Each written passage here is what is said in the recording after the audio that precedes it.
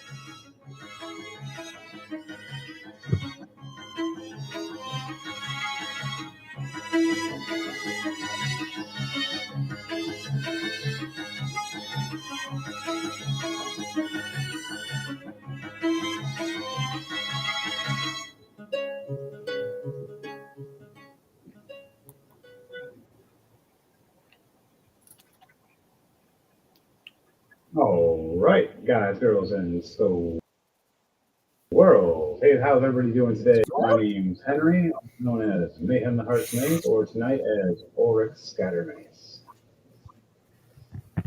She fell for it. All right, so this is episode 125. We're a bunch of nerdy gamers and voice actors and people who just love to play our own unique style of D&D called Rolling to Die. Yeah. All right. On that note, we're going to start with everybody introducing themselves. I'm going to start at the very top for Orion first and go down the hill. Greetings and salutations, everybody. It's yours truly, Olion72, coming back to play as your favorite card-dealing warlock character, Merrick. And I'm joining with my companion, Sammy, tonight. For as long as she'll stay. She likes to hang out. Ain't that right? Yes.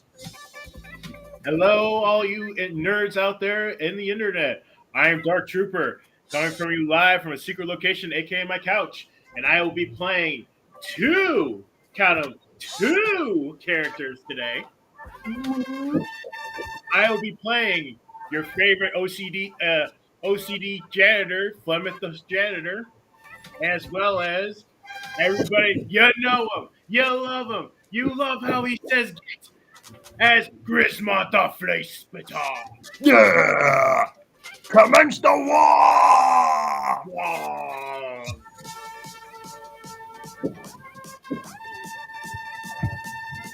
Bringing you music and also playing as everyone's favorite Fire Ganassi, Edward Knight, and as Girl Ajir. I am DJ Thunderbass. Woo! All right. On that note, this is Rolling to Die, everybody. I would like for everybody to roll and let me know what those 2d20 are. 2d20 coming right up. I got 15, 7, and 8. Now, Henry, do you want me to roll for both characters? Technically, yes. All right. Okay. You okay. 8 and a 3. That first one was for Flemeth. All right. This one's for Grismont. 16, 10, and 6. Nice. All right. What did you get? Droll Ajir and Edward Knight.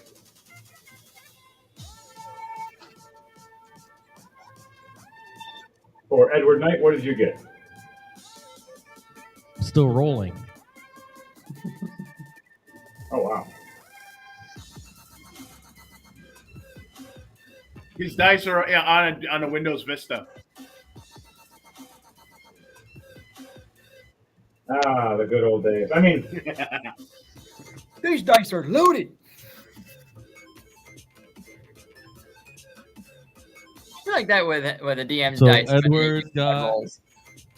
Edward got a 2 on his clear, a 6 on his black.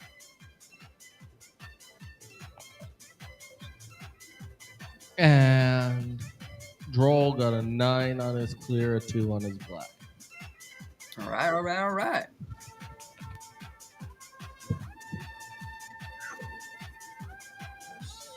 I'll pop in like this for a minute until we start the actual back into the immersion of that world. Yeah, all right.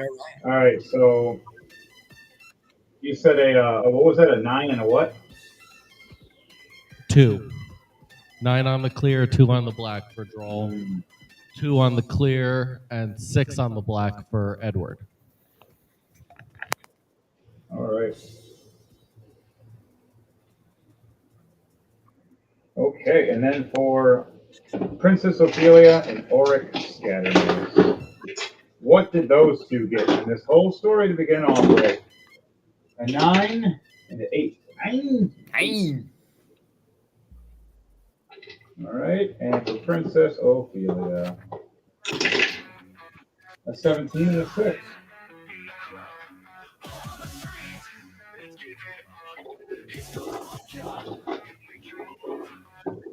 All right. So, first part of the story that we're starting off with.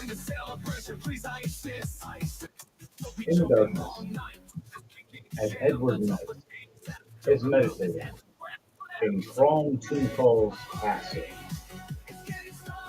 sitting there in his shadowy dorm, meditating with these dark candles around him. A door opens from a distance with light creeping in, and you see horns and a winged figure in purple. Chrome Toonfall walking in, and the king Ando. With also the Mad Doc. Chrome walking up to Edward Knight to let you know I had someone contact me. She says she is the queen of the shadows, and she tells me you are her grandson. Is this true, Edward Knight? Sad, but yes, it is true.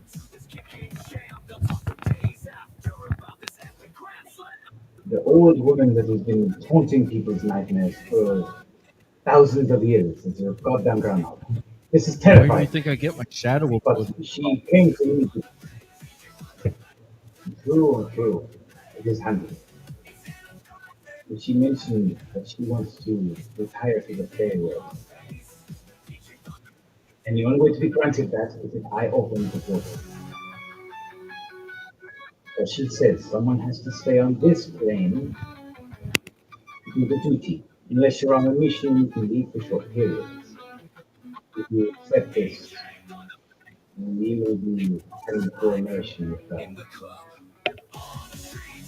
Okay. What do you say? I mean, if she really needs me, I'm not opposed to it. Just what does that entail? I believe it means you have more domain amongst the other kingdoms that we've been trying to do. But now you will have the dark shadoways to the astral sea as complete control. Both the kind. Astral sea dreadnoughts like to eat shadow figures, so you have to be mindful. Okay, yeah, I'll do it. Turns around. She nods at you as you say that and walks away. The door closes with all three of them leaving. Well, two. As Mad Doc is sitting there behind the door, smiling, as you just see red eyes glowing, as he just watches you. I want to know how you meditate. I walk as long as I can. As you're sitting there, you close your eyes. You feel a hand graze across your face at first, and then a hand on your shoulder. And you hear, my sweet child, it's been so long. How have you been, Edward? Hi, Granny. I've been busy, but I don't know how you. I guess here, there. Yeah,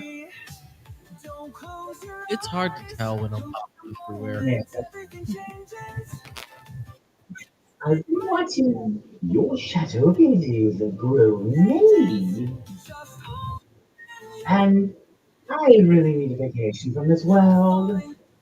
So I wanted to put my toes in Sleepy Faye and your dark devil queen will allow me to visit the portal if someone takes my spot. Would you like to? With Sure. inventing power, just not all of my power. I need a little bit left, travel back when needed. Well, you need someone to take the position, and what better way than to keep it in the family? True, true. So, hail to the king. If you feel this shadowy-esque dark crown land on your head, as it ignites in flames from your hair and your heat, as it goes into a dark flame, and looks like it disappears in the shadows. And as you look back, you see her gone in that split second. You swore she was still touching your shoulder, and you look back and you just. Oh. You hear not too far from it. Well, I want you to roll a perception check to see if you hear what's going to happen next. There's a room away from you, so you can hear it from a distance, but it'll be muffled. Okay, I was just about to ask if I've got advantage. Yes, you do for this because you are in a meditation room where you have many things in training to listening on everything A around. 13 plus 3, 16. You hear Chrome going, okay, so she's supposed to be here anyway. What the fuck is she there? I'm here. Hi. You didn't have to scare the living shit out of me. What the fuck? Jeez, guys, what's going on? Why is there a shadow lady here, honey? Zoinks! She is the shadow queen who's now retired and now taking over my old spot in the fair. So, have a trade? Wait, so who's becoming the new shadow queen? King. Wait, king? Is someone transitioning? We don't do that here. Told you. Okay. And he walks away all confused. And looks back. So Edward Knight. Yes. Portal? Please. Okay, jeez. She opens her wings and spreads her arms, and you see her tweak a gem that is in this gauntlet she has. And her hand glows and opens up the door. And you see Granny right through the portal through a shadow. And it closes up not too long after. And Chrome going, oh, we'll trade one scary one for another scary one. I'm okay with this. Edward is cool. She is scary. Different. Edward Knight, if you don't mind, if you can come out here, please. He pops through the shadows. Behind her shadow or Panda's? Pando. Pando just freaks. What the fuck? Chrome going, oh, sissy, he does this all the time. Why do you even let him? You shouldn't be jumpy. Well, I'm going to go back to practicing my martial arts. Whatever. Just teleports away. Chrome looks at you going, you and me have a job to do. The princess has to be shown what the darkness really is, and that it actually helps fight against true evil. Where the barrier before the light has to fight. But no one trusts people or fire enough. They only trust humans. If it gets hurt, they understand. And see this rare hybrid that is gorgeous and could be a queen to all. If they follow her, we could all be great. Or we just turn her evil and just let her go. Which one do you choose? It's up to you, my friend. So you But we have a job. here then. We need her here in our castle. As she smiles, going, I have the strangest suspicion. I think they are coming to us. As the Mad Doc walks in, I think they're coming in for us. I believe they're coming for us. I left some breadcrumbs. As Chrome looks over with some anger. You did what? We literally are leading them to us. Are you an imbecile? I didn't finish my doctorate. Maybe. But, I told the changelings. I didn't think they would actually tell them. Oopsie! Don't worry, I got something for this. I've been working on it. It's going to make it better. Chrome looks over going, send him to the dungeon. Make a dex save. I need to talk. Oh boy. A 9? Yeah, you're gone. No. He turns around to go walking, grabs at the door to knock and like to pull it open, and looks down, and the shadow just and just randomly goes through the shadow right. How the hell did those catch me so right? Huh? Is that over? So, first time? Who the fuck's the dragon guy? And why do they have it hanging under ice? They told me I need to chill. Trust me, you're gonna love it here. Not again! Not another prison! Just And on see this one, for now. make That's where a before you head up. quick Oh, deck. One more deck save disadvantage since he's locked up. a 9 again. This is fun. He is now going to be taking 19 points of fire damage as I increase a bonfire up underneath his feet. Oh, Good I wish it was me. Fire! No! Yeah, cooking a little bit. All right, so after that, as Pork you get nugget. prepared to Sounds tasty. do your job waiting for the crew to show up for you to abduct Princess Ophelia and try to He's get going her away to from start the traveling dragon. through the shadows to where she is. All right, as you do that, the next scene cuts in. You hear snoring, louder up snoring. Stupid crate, stupid gate. Over and over again. Lunal and Mayhem, bloodshot eyes, haven't slept in days, looking at each other. I just want to hit him in the head. Just let me hit him once. Just let. Luna's going. It doesn't work. You know it doesn't work.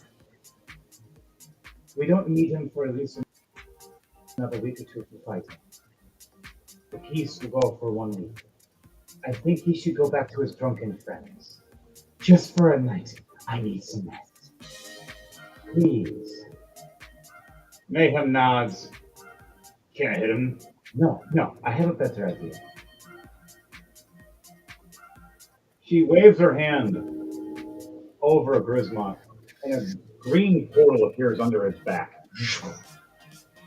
Grismont, I need you to do a dexterity save for me to see if you're how you're going to land as you're unconscious sleeping. You have disadvantage, by the way, because you're sleeping.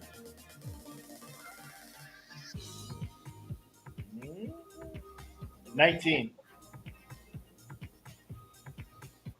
Even with disadvantage. Wow. 16 plus 3. You fall. Nice. You still land. You land properly on your back without pain, but it's still a loud thud. Portal closes. Luna will Mayhem finally get their rest. I guess. For the rest of the crew of Drunken Dragon Brawlers, though, all you guys are sleeping around, and this portal just opens up as Edward Knight pops through the shadow, trying to see the princess. As all the Drunken Dragon Brawlers are surrounding her, sleeping. A green light appears, and a green, heavy-ish orc, right next to Princess Ophelia, Flemin, Merrick, and Auric Scattermace, and Brawl Aegir. This is how all of you wake up. A big, almost 300-pound muscular orc slams down on the ground. The whole ship rocks in midair, freaking and waking all of us up. Princess Ophelia, what the hell? Oh, Grismont! What the fuck? What all the rest of you guys say and do as this all happens? Flemin's like, oh, not you again. Ugh. And Grismont just slays there. Get a couple scratches in there.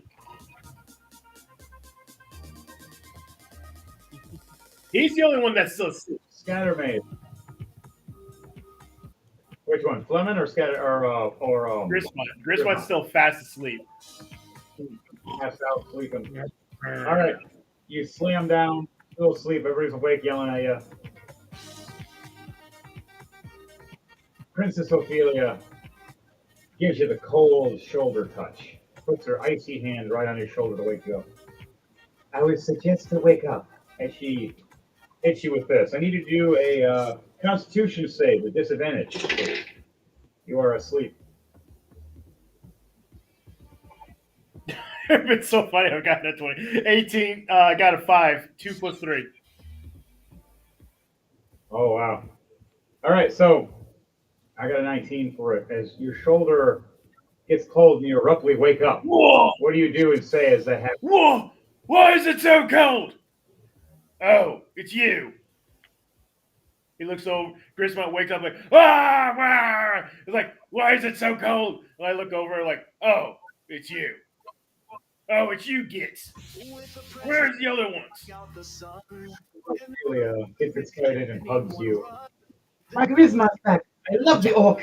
Did a good job. So green. Grismont looks over as you add like this, like, what? Oh, I like this. Yeah, because you're this tall to her, and she's like here to your chest. Like your chest is like her head is at your chest. I saw because I've never been hugged before. I'd be like, what is? Oh, this is actually kind of nice. So I start patting her head, like, it's nice to see you too, love. Yep. And she lets go smiling and goes, now I have all my protectors, except for the one that fell to his death. We didn't like him. He tried to kill me. It's okay. I didn't like him either. That's why we don't like him.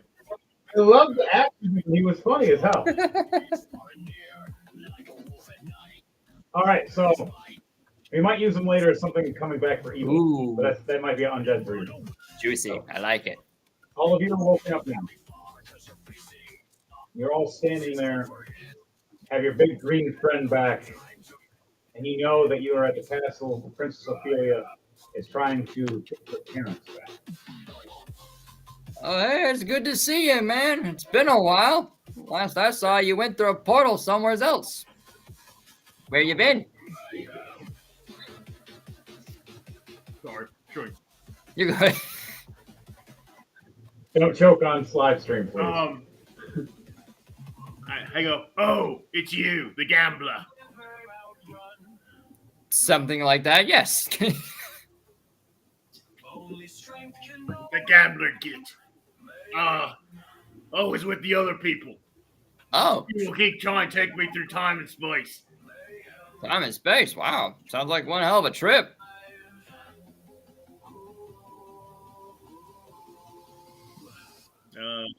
As you think that, you see Scattermace walk up and it pushes his glasses in and goes, yes, something mayhem and wounds do is they tend to find a champion and help aid. You guys ever seen the anime Mighty Max or cartoon anime Mighty Max? I think I have. It's kind of like a concept. They find a chosen one. Hey, you're coming with us. What the whoop? Portal. I love the one guy is just like, I love that cartoon. You've been bitching about your sword the entire time. And you didn't even use it. What's that about? It's like, because I like it. It was funny. I loved it. So, back to it with you guys, girls and squirrels. You're all standing there in the bowels of the ship before going back up to head to the castle. What are you guys' plans and or thoughts? What are you guys going to prepare yourselves with?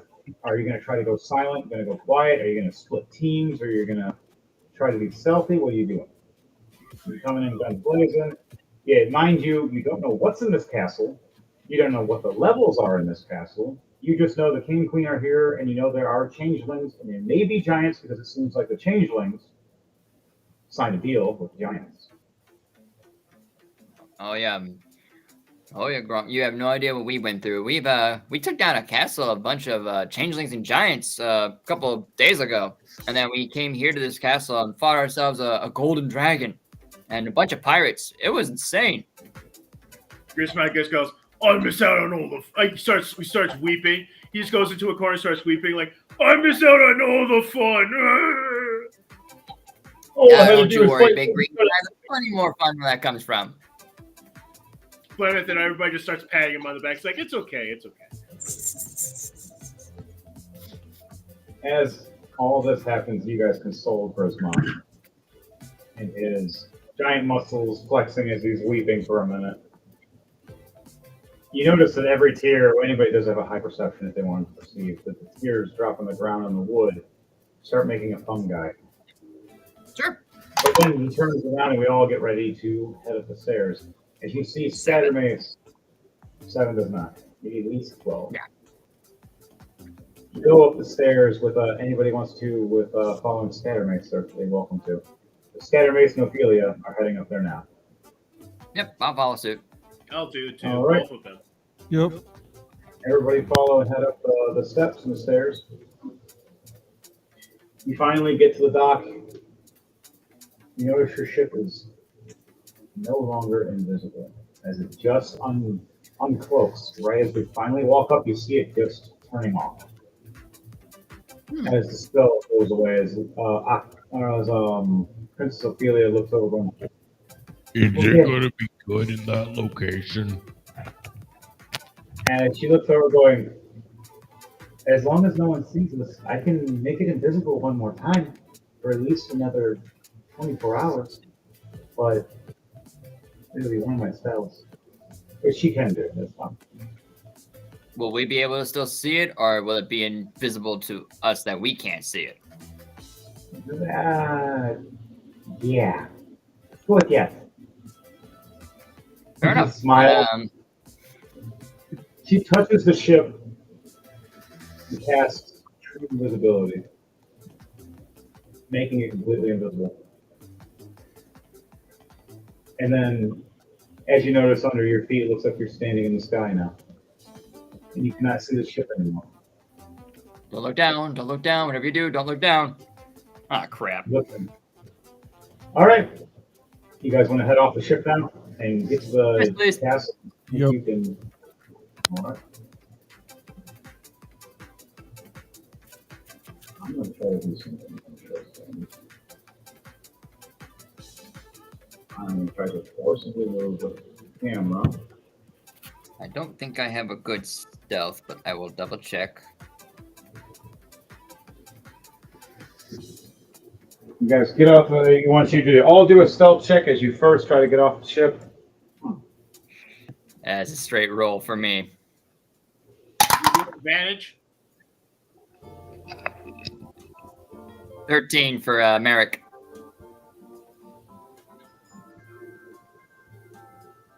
For this one, you can explain how you're being quiet, and it'll determine if you have advantage or not. I got a 17 plus 3, dirty 20. Nice. So, Grisma, as he's done weeping, as he walks up, he's noticed some purple paint in the. So he just grabs these buckets. He looks inside. Sees, doesn't see anything. Clemens looks over. Purple. Like, and Grisma starts rubbing his chin like, He puts his finger in and starts dabbing it on his face, on him, all over himself, and he just completely turns invisible. All right, roll an intelligence check to make sure you are knowledgeable enough to know this completely. You had advantage because you are orc and you understand your own physiology.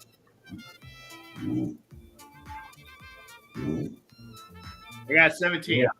Nice. 15. All right, that works. You have enough intelligence to know this. And anybody that's watching, remember to like, share, and subscribe. Also, yes, anybody that is a Warhammer fan and that kind of stuff is a similar type of orc in a manner as this is a shroom orc, a mushroom orc. And they are technically self in their own manners, and they can't see purple.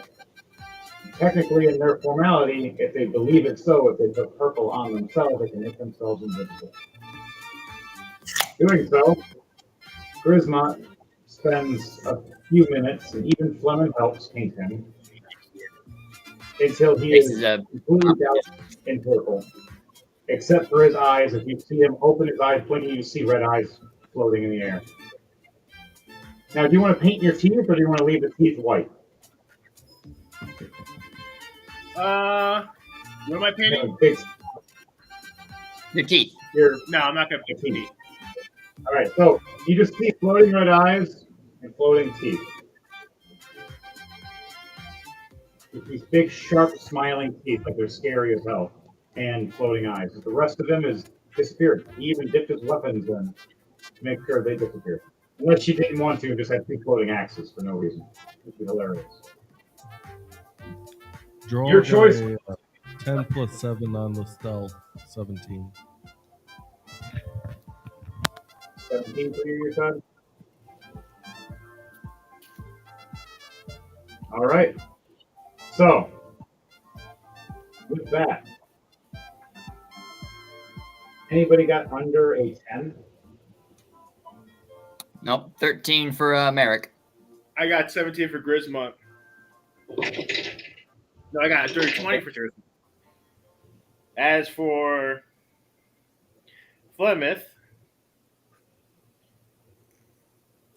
it's a 16. You guys are Scattermates rolls an 18. Prince Ophelia got an at 20. Nice. Also, So she's actually invisible. they're on the tower with scouting with their explosive ballistas. I rolled for their perception checks. You guys are so lucky. Well, 3 of 5 and a nat 1 for these three guys. The guy that's firing and loading the ballista has a nat 1. He basically shoots himself. As you guys see, you guys look up and see a tower raising up, and you see all these different formalities. You see this giant stonework and this wooden-looking giant ballista. Not a normal ballista, a giant ballista. With an explosive-looking round put into it. It looks like a tree trunk that's been loaded into it. You see it lit, and you hear them screaming, "You lit it too early! You lit it too early! Where'd the ship go? It disappeared! Where the..." and you just see the tower go. Now I need everybody here to do a dexterity save, as a bunch of rock and rubble is falling down upon all of you. I think it's a straight roll for me. Let me double check. Straight roll. Yeah, it's a straight roll. Plymouth got 21, 19 plus 2. Woo. 11 plus 8, 19. 16 for Mark. Oh, I got 2 net 20s. Aha! Now that's one hell of a critical. So, Princess Ophelia and Scattermace both look at each other, both grab each other's shoulders, and both dance around each other, shifting each other around, just moving, and you see rubble. They're just dancing around it. And they stop near the door, or the doorway, both leaning back to the door as you see the rubble fall around all of you guys. Anybody got under a 15? Nope, I didn't. All right. All of you succeeded. As the rubble smashes around all of you, you all dodge and get out of the way. You see 2 of the 3 bodies of the guards. The other one completely eviscerated from the explosion in general. And they're just on the ground, bloody, crushed. There was a door around the corner where you guys originally initially got off, and the door where you guys are all at right now. The door we're all at right now, we're okay, is furthest away. The one that's closer, though, you hear it open. So the perception checks that you guys roll. Going, what happened? What's going on? What's the explosion? Was that Jerry? And they look over and see all the guys dead. And you look up going, Jerry was on shift, wasn't he? Yeah, Jerry was on shift. Yeah, well, what? He was just drinking.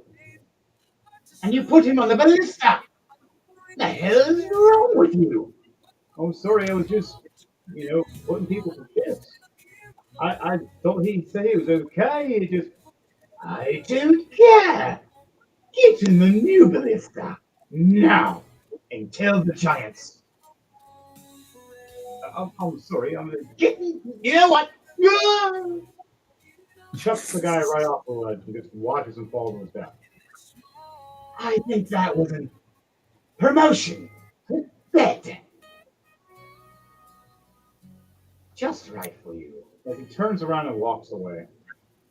Oh, bros. Closing the door abruptly and angrily. What do you guys say or do when you hear this from an angry guard? It was a captain that just chucked one of his men right off the cliff, promoting him to death. And yes, that is a line I'm actually in a movie you guys will see later. I stay silent so that way I don't give away my position. For Edward Knight or Droll? Droll. Edward Knight's just looking through the shadows right now. He hasn't even left the shadow portal. Okay. Henry, is there any? So- Are the doors up on, where those guards are open? Not anymore. They just closed it. Now the doors we're standing at right now are within about 10 to 15 feet for some of you. For the rest of us, we're 5 feet or closer. Princess Ophelia and Oric Scattermace are literally leaned against the door right now because of everything that happened. So Well, Henry, remember both Grisma and Flemeth have boots of levitation, so I can fly my guys up to the top of the wall. You can. The orc does have invisibility right now, technically. So that does count. Now for Fleming, if you're having him fly up there, he's going to have to do a stealth check. Your Grismont's going to have advantage because he can still be heard. May not be able to be seen, but he can be heard. It's like having a bagpipes of invisibility, which I'm definitely going to make a character like that one day. You're only for all those who don't understand, the bagpipes of invisibility only work. You're only invisible when you're playing the bagpipes, so you can still be heard, but you just can't be seen. Now that might work if you're in an area with creatures that are deaf, unless they feel the vibrations. Then you're screwed.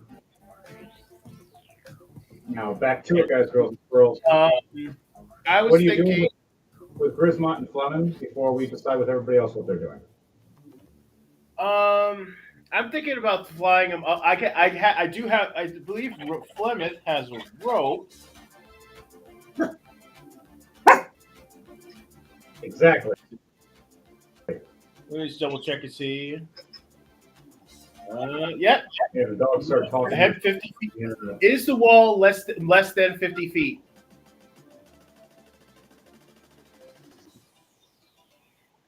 No, it's more. That screws my plan. There. Which tower is that? That blew off the ballista. No, it is less than 50 feet. It is 40 to 45 feet. And the top of it is technically blown off right now. So it's like at least a few feet shorter. So I can fly both Flemeth up there with the rope, tie it around, and then drop it down so it gives us at least a couple levels above. You're going to go above. So you're going to have Grismont fly up invisibly and drop the rope at it. That's what we do. Okay. And you're going to have Fleming at the bottom getting it ready? Or what is Fleming doing? Let's see. Let's see if Grismont has rope. If not, you can have Fleming hand the rope to Grismont. You can tie it off there. Aha! He also has rope. That He has rope made of silk. He has the magical rope. No, it's just a regular rope. Both of them do. There's you both have a magical rope that was given to you from the other ship that horribly got destroyed by you guys. Yay, cool magical rope. Yeah, well, we destroyed the ship. So you guys are very destructive with your D&D, and I love it. But the problem is this rope silk has a problem. Rope has a 2 hit point and can be burst with a DC 17 straight check.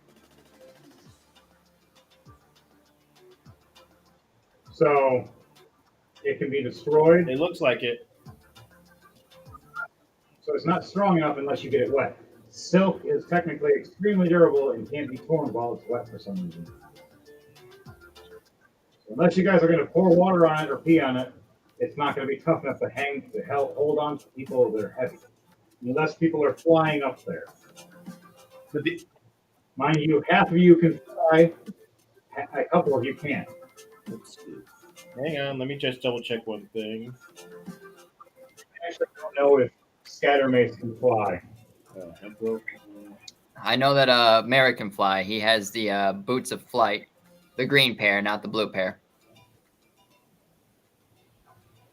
What about Azir? Does Azir have the ability to fly? Yeah. Nope, I cannot fly. Sorry, Timmy.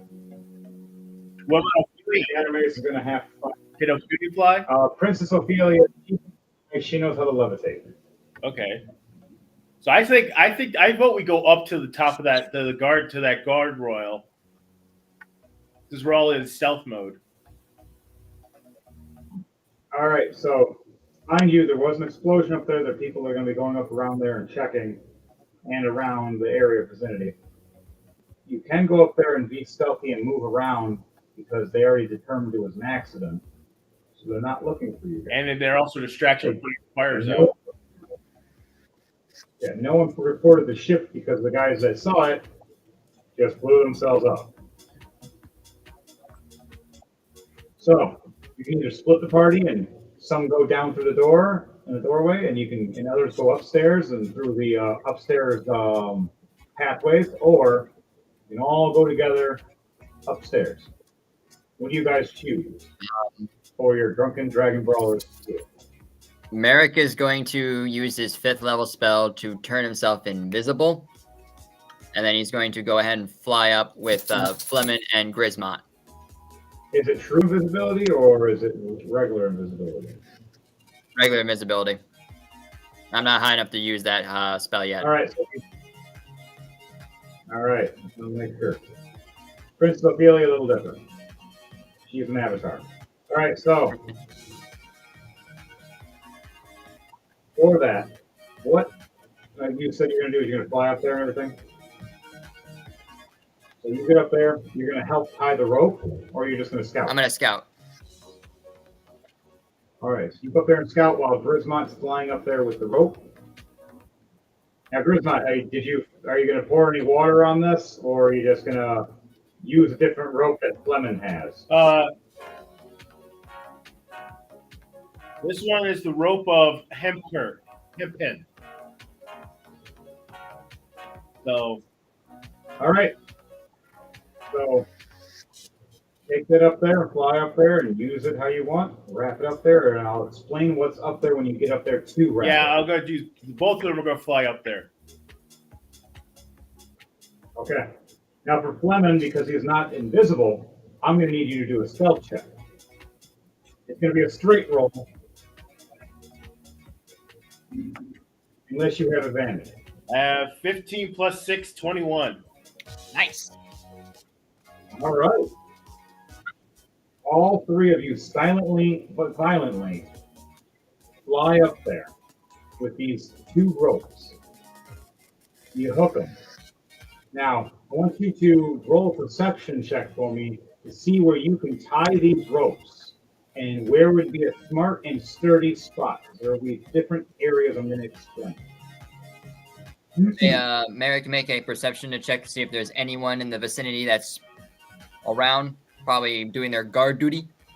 Clement just got a perception of 17, 14 plus 3. Okay, and now for Merrick, you're looking for a guard or two? Yeah, seeing if there's anyone nearby that could be nosy on us. Yeah, roll a perception check and I'll let you know. Griswold got net 20 plus 5. Okay, that's good. That's a 16, 14 plus 2. All right, so first we have Merrick fly up, invisible, looks around. He sees one or two guards 20, 30 feet away walking across the bridges where they just got finished looking at, investigating this explosion, still trying to avoid it as it's still a little hot. And are walking back, you see their backside. You don't see the front side. You see them both walking different directions from the left and the right, two different directions, both about 40 feet away apiece. Turning to about 50 feet away as you're flying up. Grismont and Fleming. Fleming, you see part of the ballista that's left broken, where you could tie a rope around the broken wheel. May or may not be sturdy, you don't know, and there's a few big rocks and boulders. Grismont, you see the actual hooks that are burrowed in and built into the actual structure itself, and you see another stone structure. You look like you can wrap it around that's sturdy, that does not look like it's been damaged from the explosion. What do you guys choose, and what do you guys do for that? And then after that, we're going to shift over to DJ Thunderbase for his characters and see what he's doing after you two. Can Griswold point out to the hooks? You can. Griswold smacks Fleming in the back of the head, goes, "Oi, stupid git, put it on the hooks."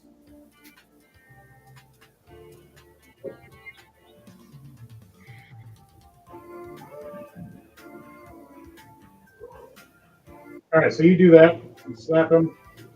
Fleming's like, whatever, all right, I got it. And he heads over there. But you're going to send the guy that's not invisible to go hook this, which he can be in plain of sight to let you know. Where he's at right now, no one sees him. He's behind some stuff. If you have Fleming go through, he's going to be the one to be seen to let you know. You have two invisible guys. Now, that's what you want to do is send Fleming? No, I'll send Grismont. I'll send Grismont. He just go, "Oi, stupid git, give me the rope. I'll go hook him." All right, so you sneak over there. Now, because of your perception, it was high. I need you, or you're flying, you're not walking, so you're fine. You fly over everything, so you don't kick no rocks, you don't make no noise. I need you to do acrobatics or athletics to see how good you are with your. Sorry, do a dexterity. Do a dexterity check to see how good you are at tying this rope. Make sure it's sturdy enough to not untie while someone is climbing. Okay.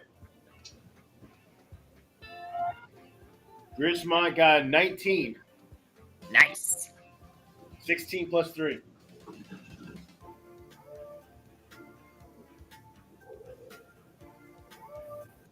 With a 19, you tie this rope securely and tight. You even make sure you throw an extra slip knot in there just in case. After that, you dangle it down for everybody. Now there's 2 hanging ropes by Grismont and while we have Merrick here scouting. Merrick, now, do you want to move around or do you want to stay within the destroyed ballista area right now? I'm going to move a little bit further up ahead, about maybe 10 feet away from the group and about 20 feet away from the guards. Right. You want to move your characters?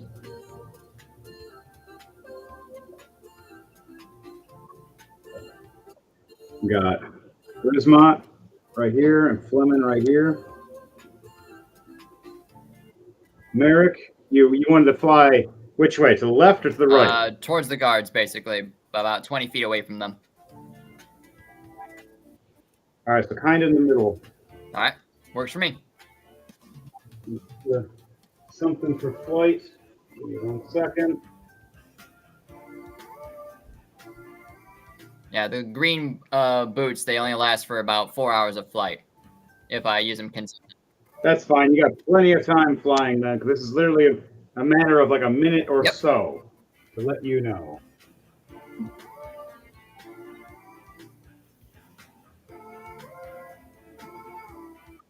Okay, so.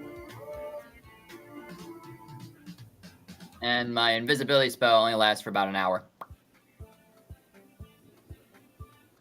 And you're okay, and that until you activate it and or if you do something. You'll notice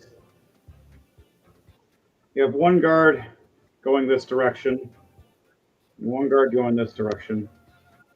With the perception check as well, you notice other guards above you and around you, all scouting and walking around.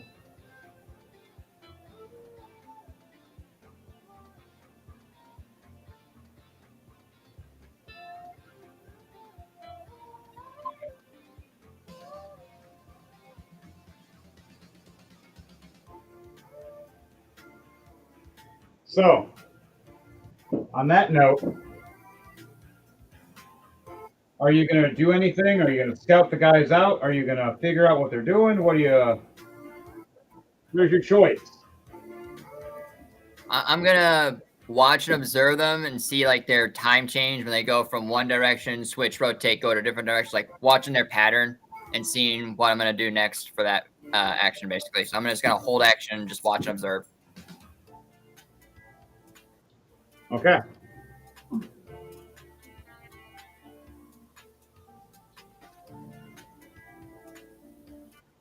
you watch for a moment, you see some going across. But while we're doing that, we're going to shift over to DJ Thunderbase. First with Drawl, and then next with Edward Knight. What is Drawl Algier doing when you've seen the crew fly up and they drop 2 ropes down? 1 silky and 1 regular. Okay, Drawl is just gonna kind of stick with the princess for right now. All right, so you're sticking with Scattermace and the princess. Yep. Scattermace walks up to Drawl and goes, "So, you don't mind? I'm kind of handicapped." As he raises his gun hand, really hard for me to climb ropes, and I can't fly.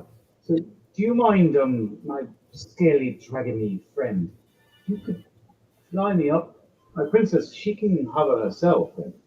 But me, a little embarrassing, but I'm the only one that can't fly in this group. Yeah, he can't. Drawl just nods his head. Thank you, chap. I appreciate it. So I need you to do a strength check to make sure you can hold me, and then a dexterity check to make sure you can fly me up there, with ease or not. You have advantage for being a dragonborn for your strength and your flight check.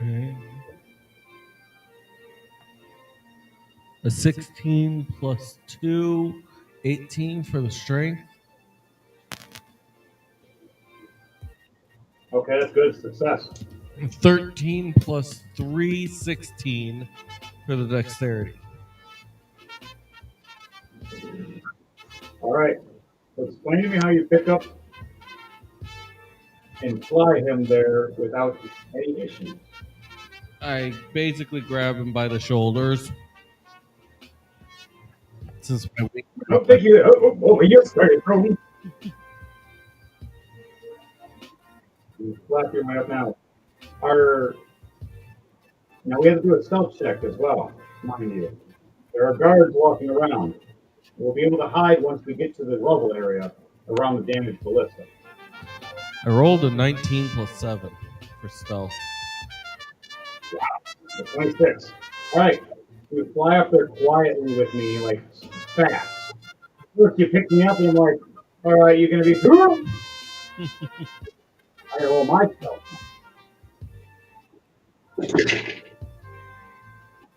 Good thing you got advantage. All right, 12 plus. It would be, so. 4. Okay, 12 plus 4 for me. So 16. So I succeed as well. We both land down next to the damaged ballista, hiding behind it. Princess Ophelia as well. Let's see. 15 plus 7. So all of us succeed getting up there quietly. Now, Edward Knight. Edward Knight's watching. He is observing us entering the castle. He's a star. Edward Knight is smiling, knowing they're going right into his domain. And once they head into a certain room, the princess is his. Now, the question is which one? Basically, I'm waiting for them to get down a long hallway first. Pretty much around more shadows. Yes.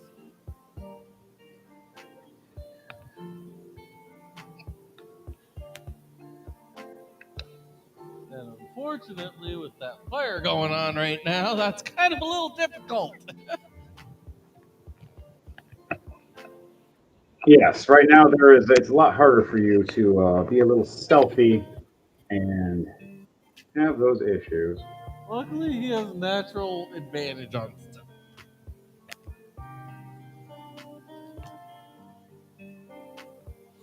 With a 14 plus 6, dirty 20. Let's see how that camera is. That's a little better. You said 14 plus 6, so a dirty 20? Yep. There we go. That'll work.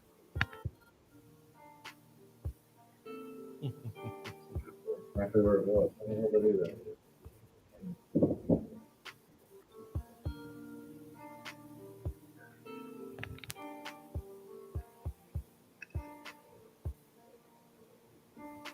So, Edward Knight, stealthily and quiet, is watching.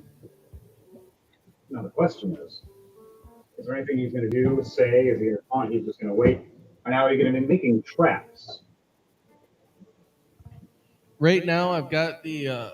I'm having my shadows go around setting up traps in different areas. All right. You will have a set of 4 traps. Mm-hmm. Each one of them has to be different. And it has to be some kind of shadow-esque form when they are activated. And for them to be activated and someone to fail, it's going to have to be, where's that? At the very top. They're going to have to fail a constitution save to be able to be caught in the trap. A dexterity save on ones that are more physical. So if you have a visible one, it like opens up their dexterity. If it's one that has to like you walk into, it's going to be like constitution. And the number will be a dark dice. They have to be able to beat at least 14. Very difficult for level 10s. All right. We have tracks that are going to be set. Yes. All these are moving around. Now, what do you next characters do?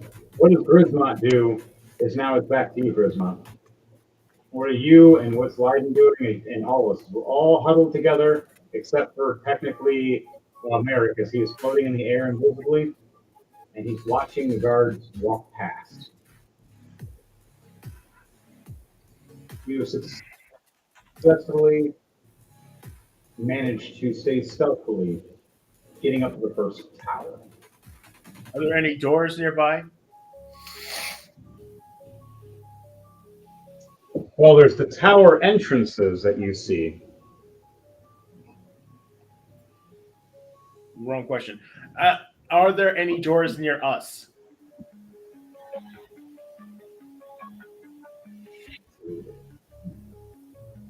Any doors near you? Right now? No. Under you, technically, but not where you're at. You look to your left, you see a pathway where there's guards walking through across the castle. You look to your right, there's other guards coming from two different other pathways, going up, the other one going further away from you right now. Besides that, you know that there's at least 6 or 7 guards around within the higher area, not including when you go to the lower level buildings. Now, I would like for all of you to roll a perception check for me as a loud, abrupt voice can be heard. Ooh, dirty 20, 18 plus 2. Grismont saw nothing. 1 + 3, 4. Oof.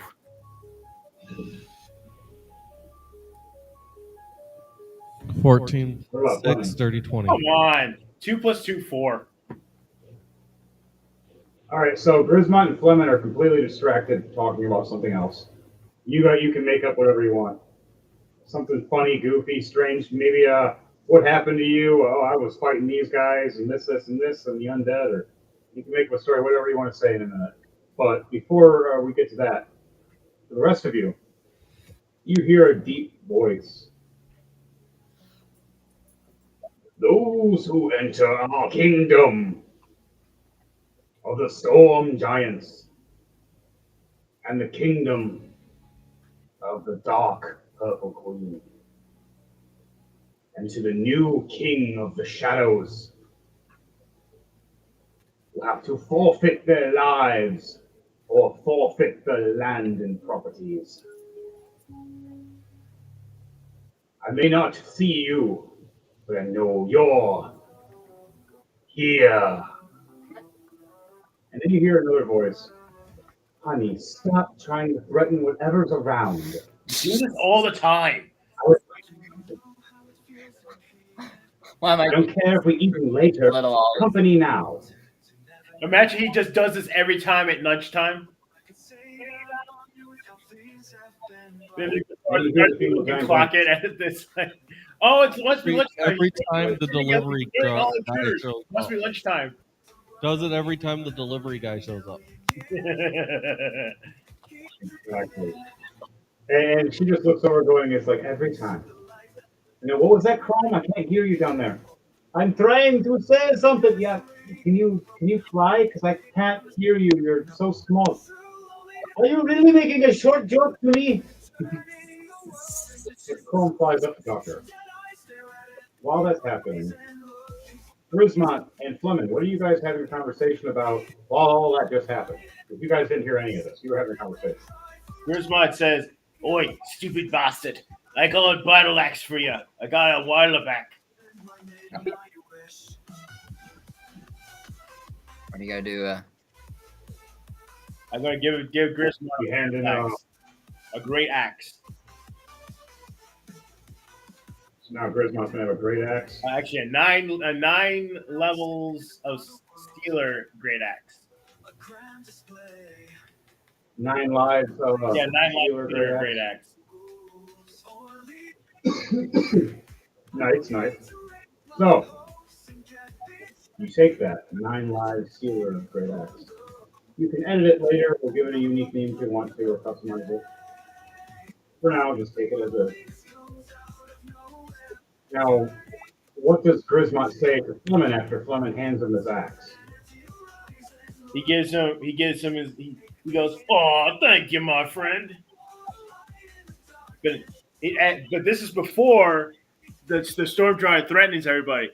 Griswold is about gets his lung full and starts yelling at him. Everybody just starts no and starts grabs on him and just grabs around his jaw. It's like no, shut up.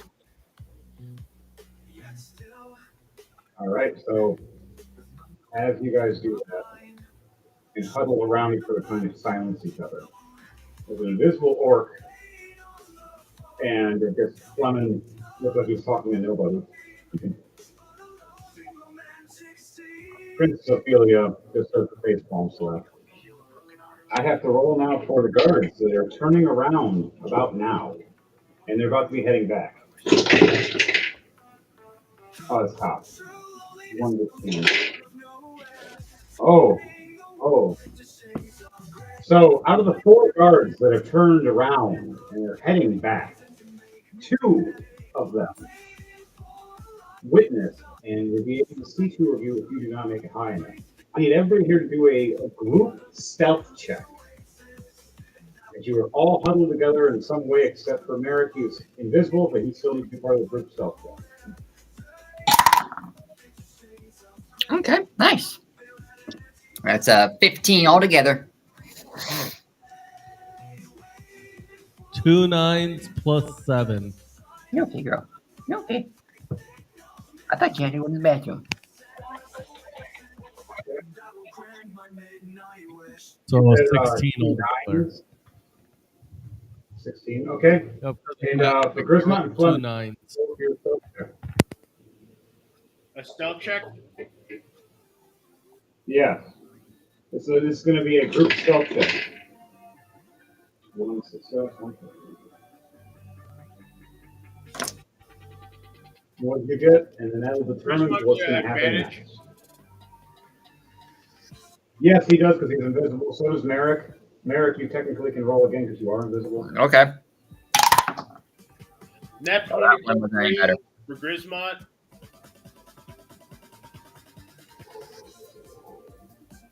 Grismont is truly invisible right now. No one can see him except for floating eyes until he closes his eyes, and his teeth until he closes his mouth. Flemeth got an 18 plus 6, 24. So, Princess Ophelia succeeds to 21. Everybody got over 20 succeeded. Anybody got under 20 failed. Ooh, so Merrick got a 15. His second roll was only a 3. The sorceress turns her eye with her helmet on. Roll only got a 16 as well. Her glasses of true vision, and sees the outline of a figure floating. For some reason, she doesn't see Grismont because he painted himself purple and believed it so. His magic is foreign. His psychic energy is not magic itself, but it's psychic. So in doing so, she does not see an invisible purple orc right now. She only sees you floating in the air. But does She snaps her finger and the goes, sorcerer is seeing her? Can I give her a rude gesture? only if she's only if you want to, but she can't see you right now. Draw and scatter mace. I do have a Are question seen. though, because Yes. it was a 16 altogether, but I rolled 2 9s. That is a critical. That does count. Okay. So technically you are hidden. So we'll count that down. How would you like to be hidden as you're standing next to the ballista, kind of crouched down? Explain to me how you're more hidden. There's rocks around you and debris and a bunch of black soot. Because you are a black dragon ball. I'm gonna kind You have advantage in darkness. of do my best to blend into the black soot. Chameleon style. All right, so you like lay more and use your wings to cover around the black soot as it puffs around the soot and lands back on top of you, makes you look like you're invisible. Kind of like the movie Dragonheart when the dragon turns to a rock. Oh yeah, nice. I love that Love movie. that movie. The sequels are Sadly though, Merrick. Hey, wait a minute, for the '90s, that's a good movie. But Merrick and Scattermace are both seen. Fleming, Fleming's over 20, right?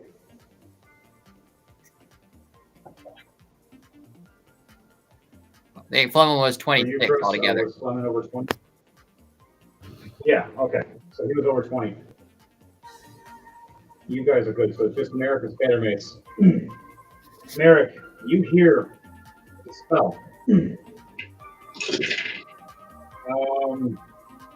What level was your invisibility? 5th level. All right, she used a 4th level. So does a nope. Not high enough. She fails her dispel. Trying to reveal you. And also dispelling your boots, but fails. She would have wanted you to drop. She's angry. I can see you. I just can't. Ugh. Now she's going to do magic missile. It's a insta hit, to let you know. You take 1 point of damage. Okay. Oh, 2. 1 plus 1. So 2 points. Gotcha. Now, with regular invisibility being hit, it reveals you, does it not? Let me double check that. Spells. Invisibility.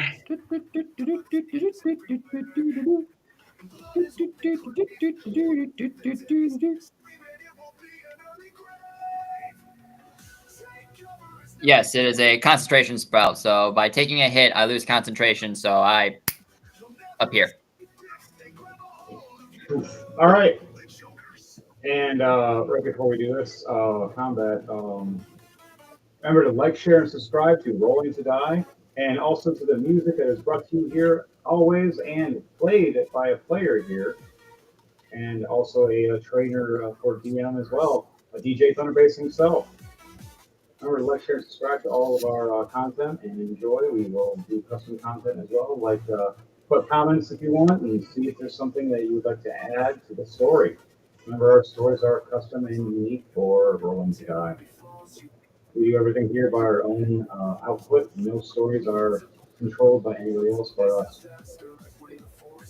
On that note, Merrick and Scattermace, damn, gets hit in the neck with an arrow, taking 18 points of piercing damage, dropping to the ground bleeding. We need for Merrick and for Scattermace to roll initiative. The rest of you guys, you're not on initiative yet. Unless you want to be, you can roll for initiative now. Tell me what your initiatives are, and we can start this off, and then we'll get to it. 4 for Merrick. 3 for Flemeth.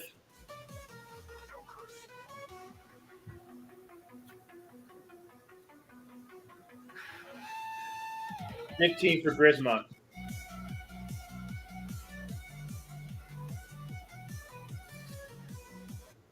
All right, what did Droll get? And what did, well, Edward Knight can choose whenever he wants to tell us. But what did Droll get? Oh, it is just everyone doing it then? Yeah, just roll your initiative just so it's ready just in case we do go into combat with you. 12.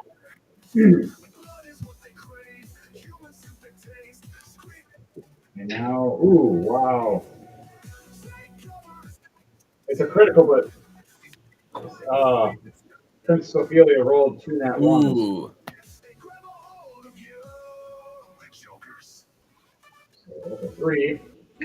Scatter Mace, 14. Okay. So this is how it's going to go. First, Merrick, you get hit. You pop out of your invisibility. You hear the sorceress going, "Gods! Intruders!" One of the dwarfs looks over and grabs his horn.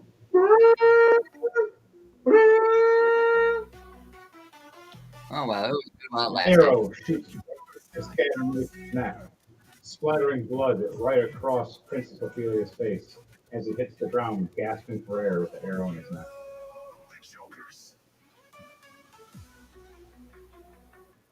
What do you guys do? As first is Grismont, and then Princess Ophelia. Grismont, what do you do first? I do a perception check to see if there's any guards coming towards me or us. All right, that's a free action. I got 13. 13, okay. So you look and just see only the one dwarven guard blowing the horn, and that's all you see. It's not enough to see the other guards except for the one that was Am I screaming. close enough to throw my axe at him? How many feet can you throw your axe? 20 feet. Yeah, I'd say 20 feet. All right, these are your axes that can come back to your hand like a boomerang. Yeah. All right, these are your magical axes. Okay. So you're throwing one or two? Let's say two, both of them. No, just Okay. Now, did you dip these axes in the paint, or were they not in the paint? they were in the paint. Okay, so now these axes are technically invisible. You're throwing these two invisible axes, and unless you lit them on fire, that's the only way they can see them. Is you just see two fireballs just flying at them. No, I did not light it on fire. All right, so roll 2 attacks for me. 13 plus And 10. You have advantage because.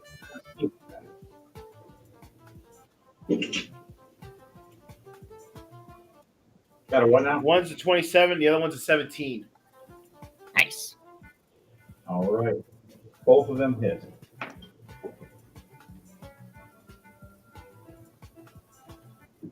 His AC is 17. One's for damage is 1 plus 4 plus equals 5. So we got 10 points of damage. 10 points damage. All right. So, 10 points of damage is slashed right through. He doesn't even see you. He doesn't even know what the hell just happened. All confused. Now, because it was a sneak attack, you get double damage. That's 20 damage. So 20 points of damage.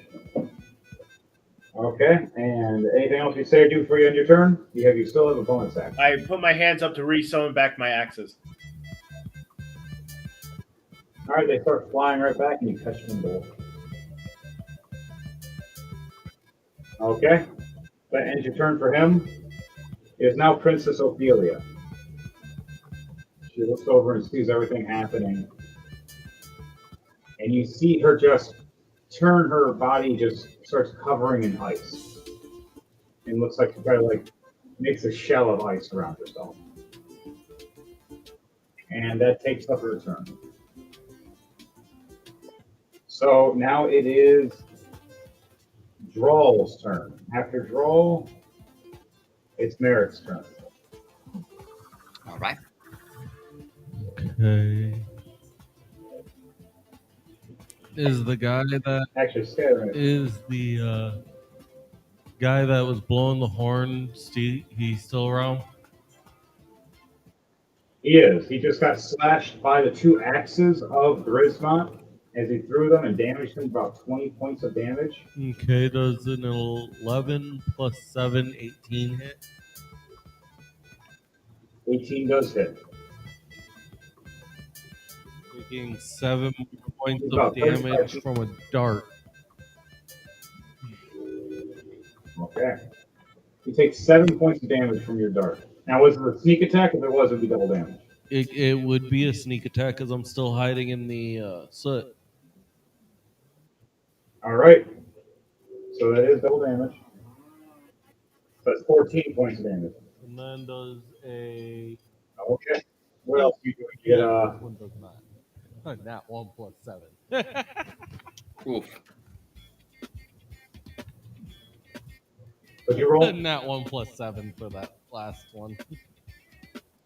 All right. So you go to try to fire the other dart. You ever seen a time where someone breathes in the dart? Oh, shoot. So he goes and does that.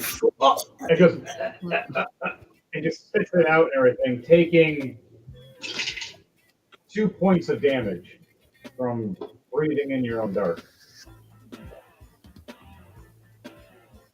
So, ow. Okay, that'll end your turn. Yep. Yeah, spicy meatball. Merrick, it is now your turn. After Merrick, it is Fleming's turn. All right, so my first turn action, I'm going to use my 3rd level spell to summon a Shadow Spawn. It has 2 emotional traits that it can choose to be, but only one of them. And I'm choosing Frenzy. So it gets like an advantage on its attack rolls. And whenever something comes in its vicinity, it automatically is interact with fear, basically. And whatever is near it cannot attack it, has to run away from it. Warlocks They are fun. They're just hard to work with. They don't get that many spells, folks. That's why I pick sorcerers. They're better. Yeah, they're semi-glass tanks. They have their moments. Don't get me wrong. They have their moments. So that's his first action. He's going to summon a Shadow Spawn figure. It's going to look like a aspiration of just like, think of it as like a swarm of bugs, but in a shadowy form, just hovering around. How it's going to That works just great.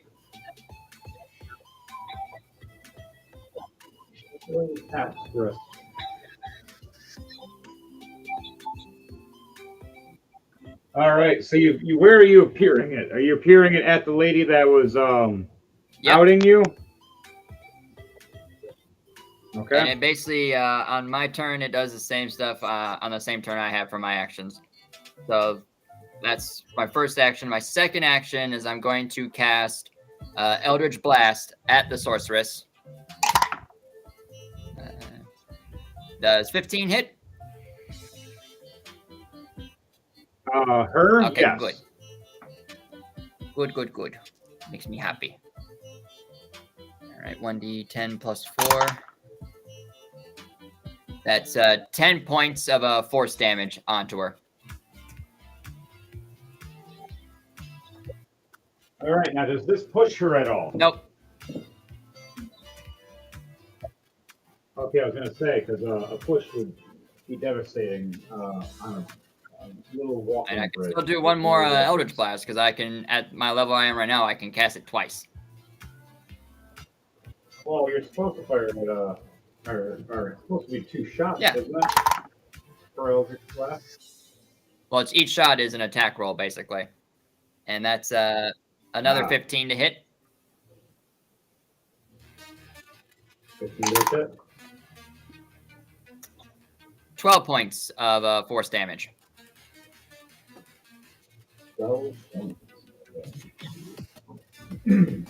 And then my Shadow Spawn on his turn, he is going to make an attack on her as well.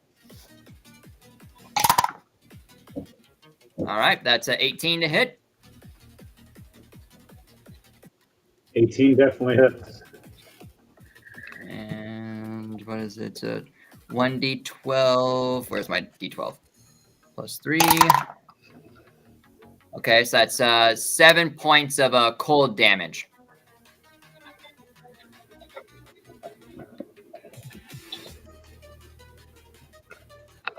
$7 points. Okay. And that will be the end of my turn and my Shadow Spawn's turn.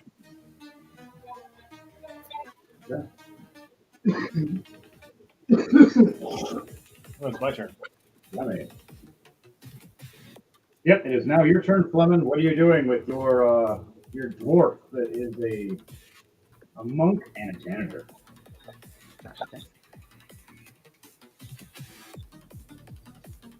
How far? Yeah, it's less than 20 feet. So, is it possible for Griswold to throw Plymouth up to the observation deck? Are we getting a meme? Are we getting a toss me meme? Nobody tosses a dwarf.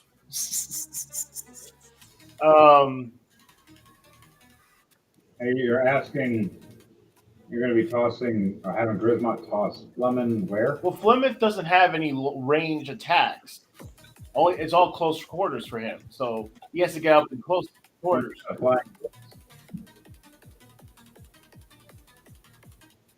You got flying boots, don't you? Oh yeah, that's right. I forgot about that. You fly at him, attack. You can fly. He can fly. He can talk. That's right, fool. Now I'm a flying talking now. Good movie, folks. If you know, you know. It also means you have to drag it. I mean, what? I'm gonna have Plymouth fly up to that ledge where the damaged dwarf is. All right, he's right over here. All right, give me a second. I'll make this one longer.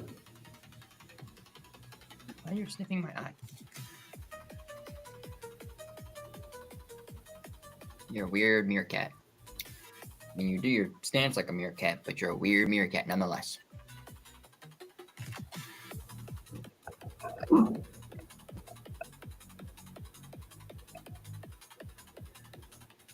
All right, you guys see yourselves?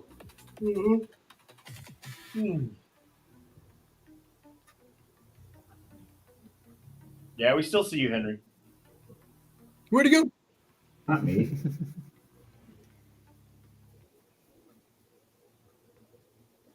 What is this devilry? How is the world moving? Technically, the world rotates at a certain degree angle and it goes at a certain speed, and it continues nonstop. Right?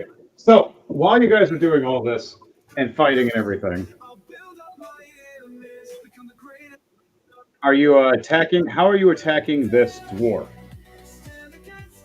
How close to the edge is to this dwarf?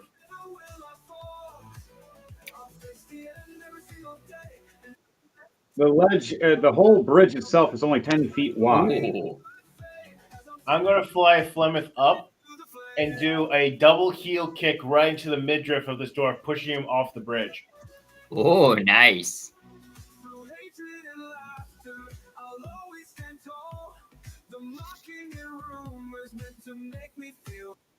All right, so I need you to roll a acrobatics or athletics to make sure that you are able to. 13 plus 7, dirty 20. Nice. All right, you definitely do. Now, I need you to roll a damage as you're doing this physical kick. Now, is it a kick, a shoulder smash? You doing like a cannonball thing to him? What are you doing? I'm doing a double heel kick right to his midriff. I got another 13 plus 7, 20. Nice. All right. He doesn't have anything to fly, Oh. and this is going to be a straight right to a solid, like marble kind of floor. So, how do you want to do this for this dwarf guard that was secretly a changeling that you just kicked off to his death? Plymouth runs because he don't need his stealth anymore. He runs and jumps off the edge, flies up to the dwarf at far enough distance, then charges him, going feet first, then going feet first right into his midriff, pushing him off the bridge, and he flies and falls to his death. As he's reaching his, you see him as a dwarf at first. You see him change into his changeling form, screeching and looking back, seeing the ground, and reaching his arm. And Dark eyes just. Oh yeah. Curse black. He made that white marble look very rosé. I'm adding some color. Just a splash. But when you did that, and you look down, you see machines, golems running up. And looking down, and then stopping, and then looking up. And you see a glowing blue magical runes glow, and eyes light up like fire. And then you see a beam start just looking up.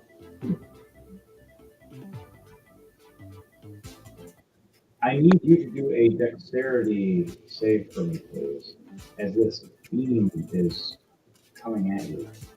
If you do not get out of the way, I will explain to you what happens. 18 plus 2, 20. Nice. You just get out of the way of this beam hitting and running past. Now, if you want to do a history check to know what kind of golem this is that has that kind of Sure.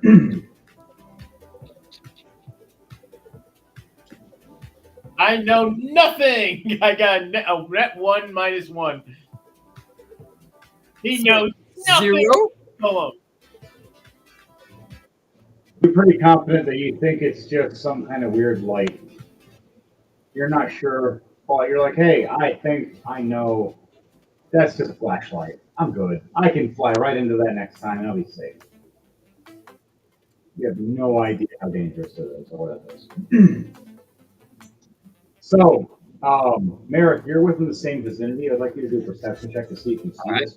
You're also being seen as well. The beam is maybe hitting you. So be mindful. Okay, that's a 15 for perception. You do see this. Now, I would like you to do a history check to know what kind of golem this is and magic beam that is shooting out of this head. History.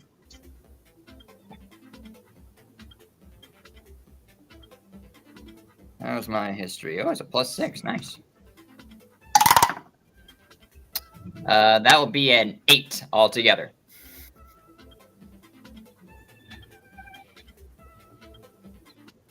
Wow. I know. So you still don't know much. You know it's a golem. You know it's a beam. You're not sure what. And just shrug it off. Okay, so they'll end your turn, or end that action. For you, Fleming, the only thing that you have left is a bonus action. Is there anything you want to do before you end your turn? For Grismont, Fleming, for Chris. Is there anything you're doing for the end of your turn? You still have a bonus action. Not really. I'd set up for you. There's not really much I can do. All right, then you can hold your action if you like, and you can utilize it during somebody else's turn. Yeah, I'll do that. Okay. All right, next is Scattermace. As he pulls out the arrow from his throat, bleeding, chugs down a health potion for a bonus action, gets 19 hit points back. So he gets his full hit points back. So he took 18 damage, now he has 19 health. He points right at the archer with his gun arm. I get a +13. 5 + 13. All right, that hits. So the 18. Yeah, that's it. I do. How much damage with this gun? In my gun arm. Called the Spiral Cannon. 21 damage. As blast 21 damage, I fire again. 18 + 13. Definitely hit.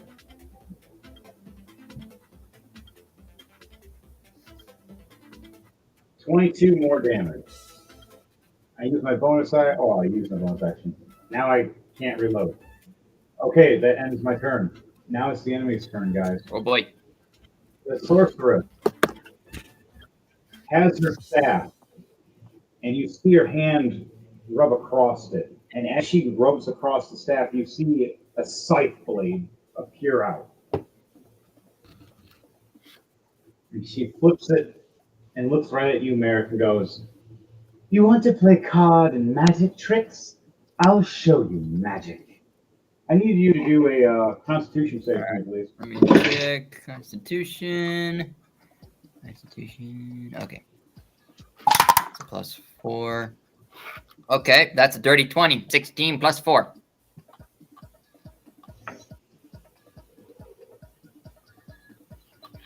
You, knowing magic yourself, feel something tingling, and you just shrug it off. And she just looks at you going, "How? How can your little card tricks do that?" She pulls Because her we're scythe awesome, back, man. and she throws it, and you see it turn into like a giant moon crescent blade swinging right at you. Oh. Oh, you gotta be kidding me. She rolls a nat 1.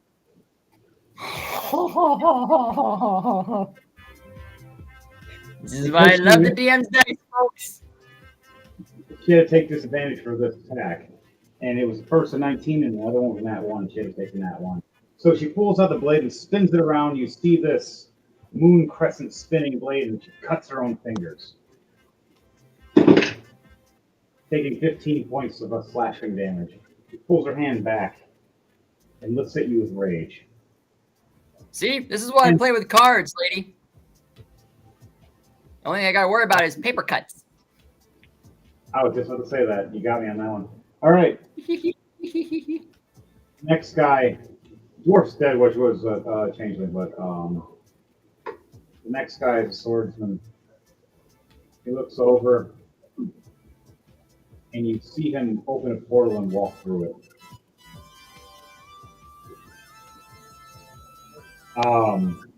Roll.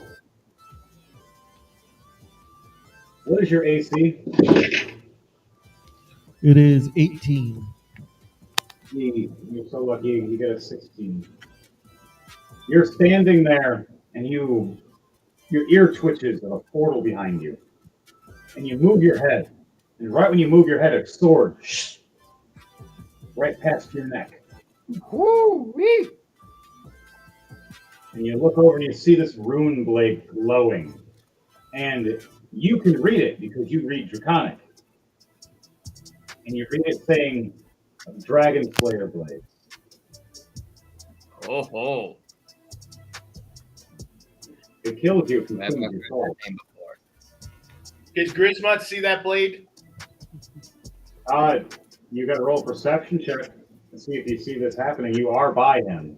You are close enough next to draw. You are only like 10 feet away at most. Hang on, let me do it. Hang on, something pithy to say that. I'm gonna just spit acid on it. Oh, Get acid in the blade. Yeah. We're on it. I got a net 20 plus 5. Hey, Grismont points to that sword and says, "I want that sword."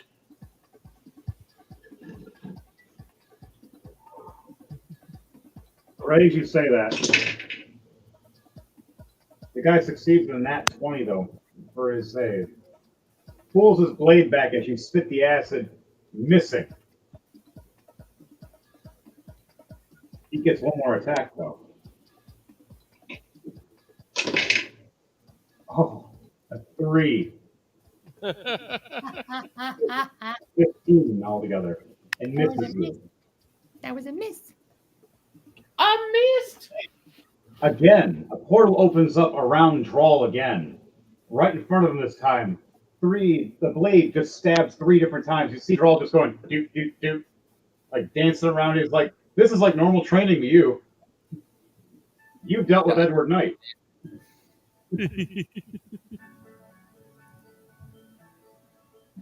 So, you finally see a face through the portal like this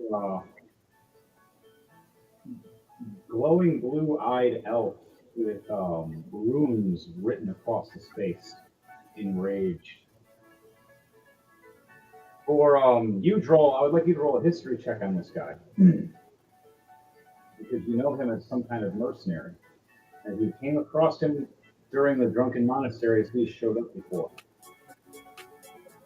14 plus 1, 15. Okay. The 15. You remember him showing up, offering his services for assassination. As he explains his martial arts and style, he is denied by the Drunken Dragon Brawler master. As he states it's cowardly, dishonorably. You just appear and stab them behind their back when they're not moving. Especially Dragonborn, as he knows that that sword he had wasn't for a job for working for them, but a job for them. Well, because they were all surrounding him. That I could see him though. Dun, dun, dun. You did see him. So, yes, you do remember him. I want him to make a dex save then, since I was able to get sight on him. Yeah.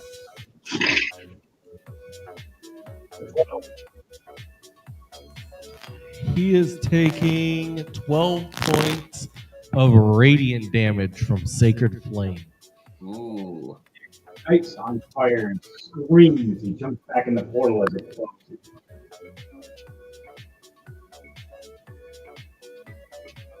Okay. Next character.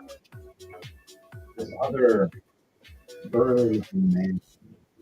2 axes, pulls out and smirks.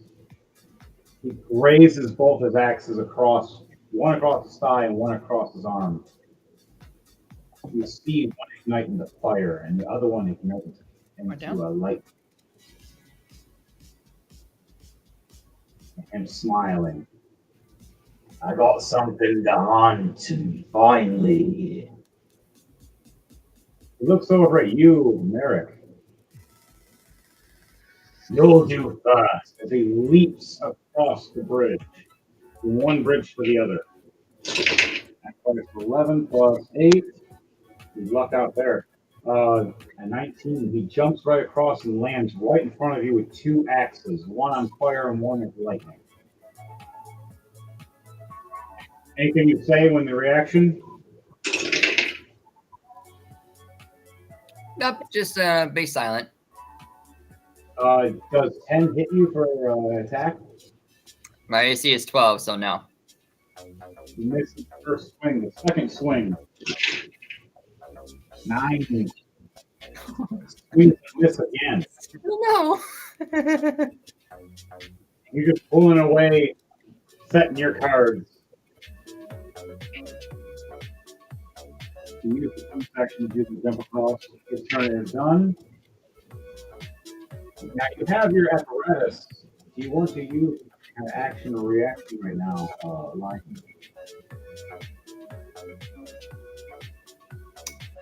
I even have a reaction I can do. If not, let me know. If not, it's up.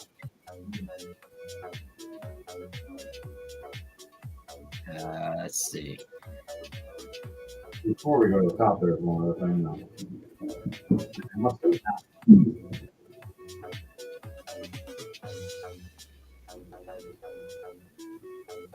I mean, I can do Hellish Rebuke. There you go. I just gotta go to it and figure out what to do. It's 3rd level.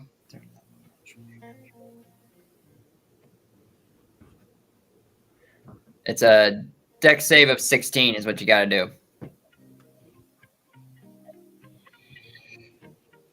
All right, give me 1 second.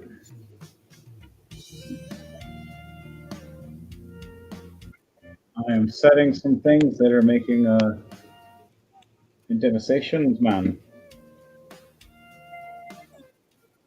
You and Where'd my D10 go? There it is. So, as you're getting that hellish rebuke ready, I'll get you 1 second on that as I set these last couple characters on the field now that have been activated.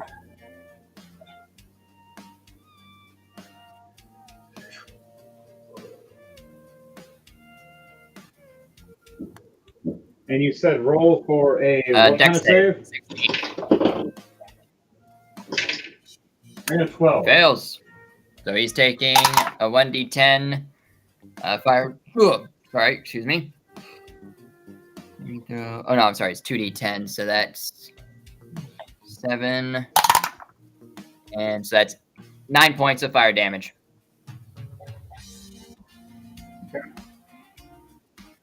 Knights in flames with anger and rage, smirks at you as you see the skin heal on his cuts. Thank you for that. We're gonna have some fun. Fun is my middle name, sir. All right, so you guys hear the giant's voice again. We know you're here now, as our gods have been slain. Time for us to play ball. Honey, not that ball. Yes, that ball. As the giant chucks up in the air, this giant brass-looking cylinder-looking thing in the air. You see it chucked up 30, 40 feet, spinning around. And then you see blades disperse. Oh, dear Lord. And it starts spinning around and lands right where the bridge was where the man jumped across. And just sitting there, spinning around slowly, looking with this glowing eye is searching in the ground.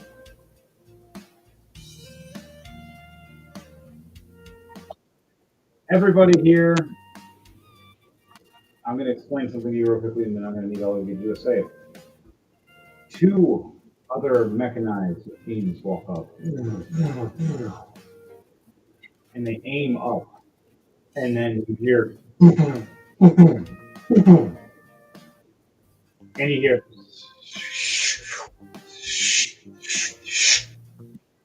I need everybody here to do a dexterity save with disadvantage unless... No, just disadvantage to a complete carpet bomb. Just scattering across you guys. Ooh. Even the enemy. Charisma got Even the 8, 12. But he also got 20. For one of his dexterity rolls. Okay. For one of his rolls. Okay. What'd you guys roll? Merrick got a nat 1. Oh no. Charisma got no. Flemeth got a 13.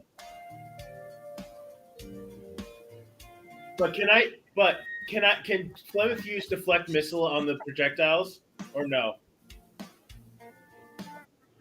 Technically, he can on 1.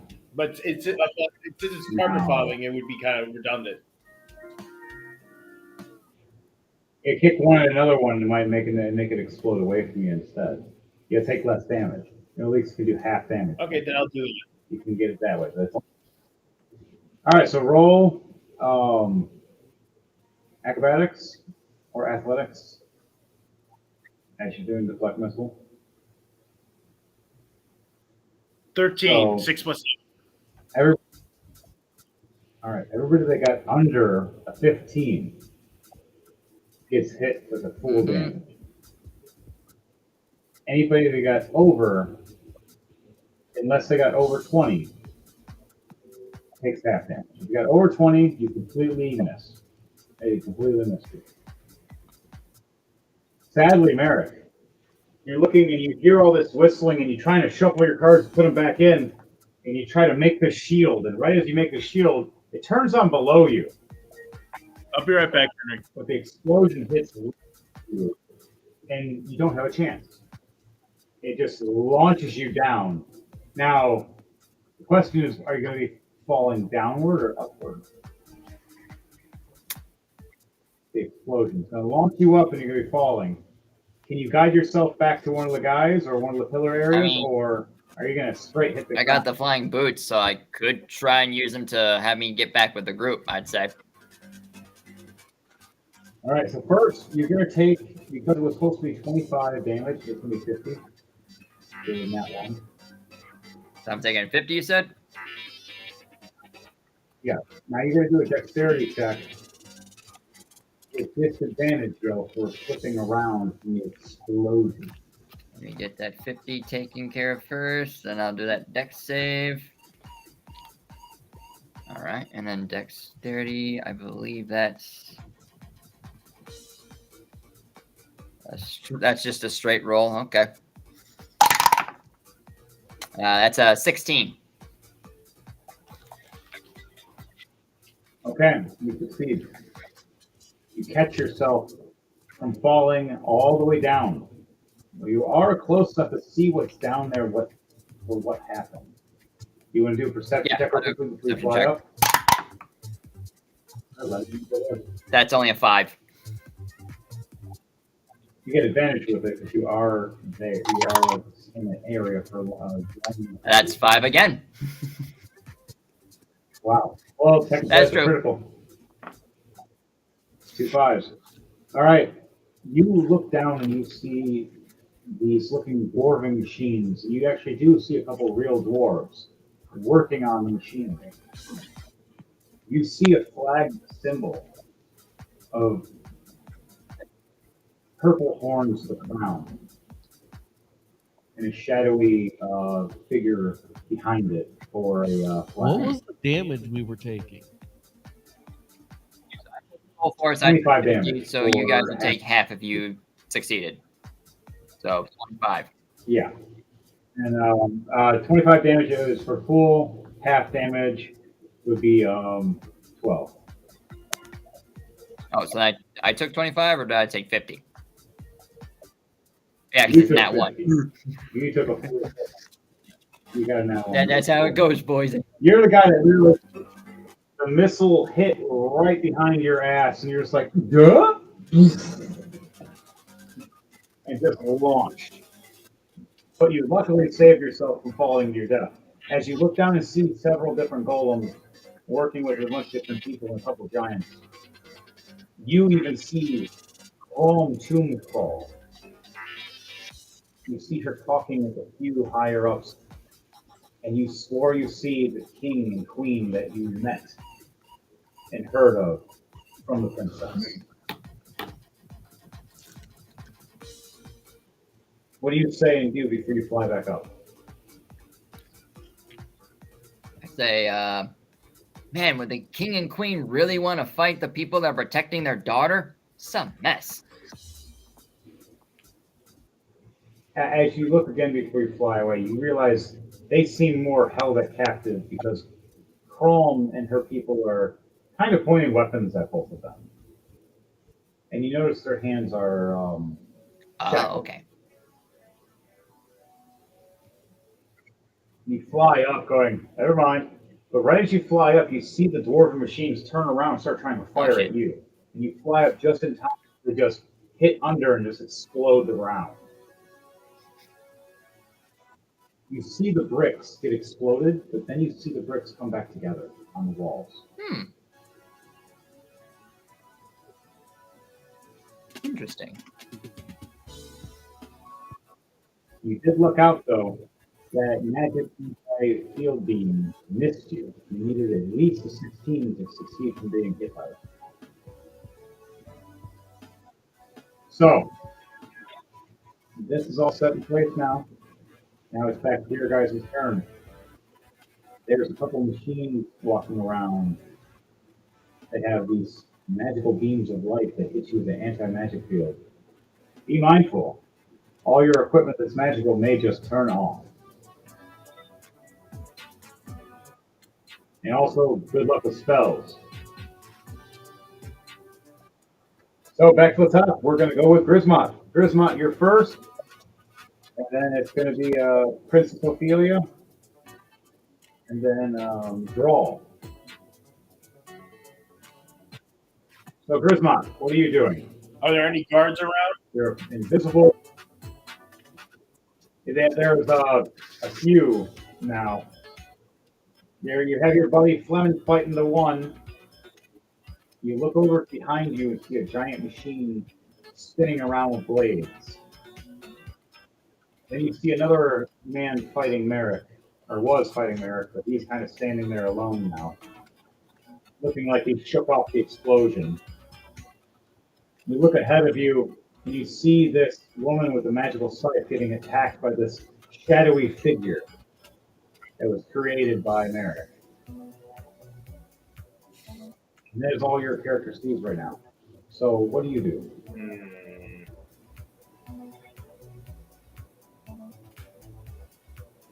I'll go up and help Merrick. All right.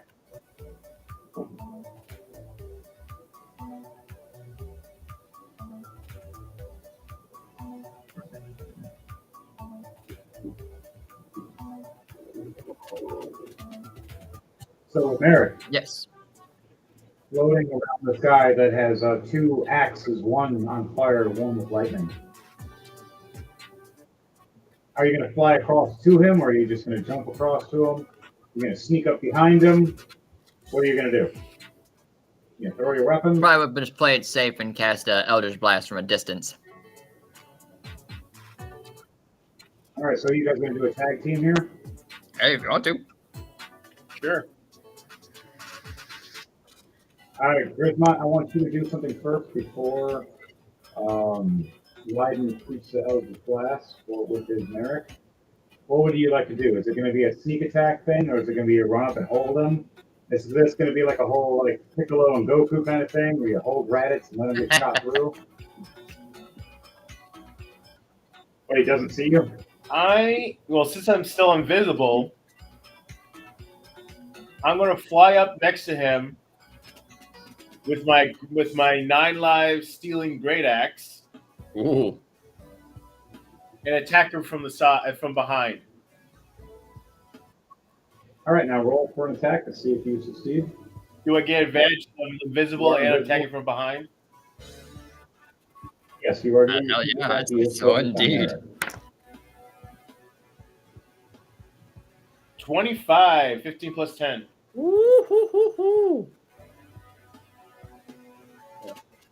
Definitely you hit. Okay, so what is that? Explain to me how it looks when you just slam this axe to him right before he gets blasted with some Eldritch Blast. You like sticking him up in the air with the axe, or what? No, I come up from behind and then smack him. Instead of hitting him with the blade, I turn it to the side, so make it into a bat, and I bat him right into the blast. Nice.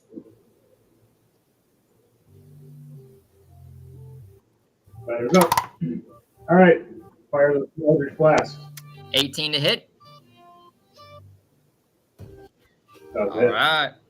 And I also did 9 points of damage because by batting him into the glass. So that makes it 9, 18. All right. Attack That is 18. a lot. Hang on. Let me get the calculator out. 12 points for first damage. What'd you do? 12 points for the first shot. What's the second shot? Second shot. See if that hits. Second shot does not hit. That's a 12 altogether.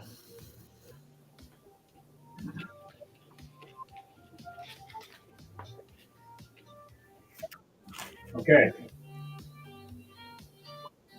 So, put him in the air. It's a bing, and just makes him an awkward turn. And he misses the bridge. Oh. Trying to catch it. Falling. 20, 30, 40, 50, 65 feet. How do you want to do this, or how do you explain him to die as he falls to his death? Merrick, as you're the one that gets to watch it. Explain to me what you see for his last moments to fall into his doom. And yeah, same thing for Grismont. Grismont wants to look down at the bridge. What do you guys see as you see him falling? I just see a dwarf get launched in the sky with a out of nowhere, knowing what the hell just happened, just seeing this dwarf with 2 axes get launched in the air, shoot my Eldritch Blast, hitting him square in the face. He does basic flips from the impact as he starts tumbling down, spinning faster and faster, and then Misses the bridge. He tries to catch it. You would think that being guards in the castle of the sky, you would have some type of rudimentally flying device to help you fly. they might have feather fall throwing. Some of these.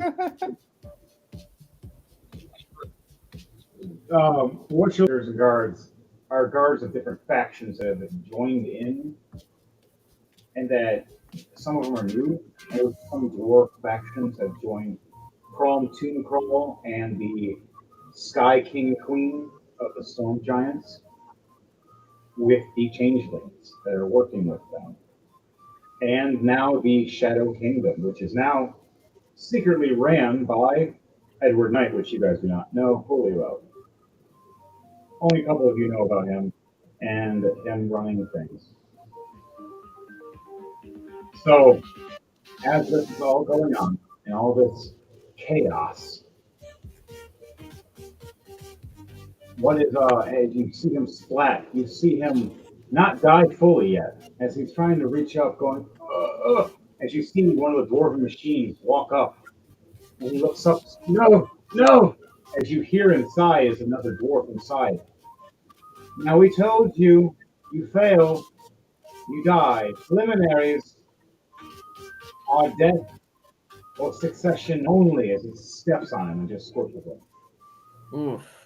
Last hit point just by a giant machine is piloted by an angry dwarf.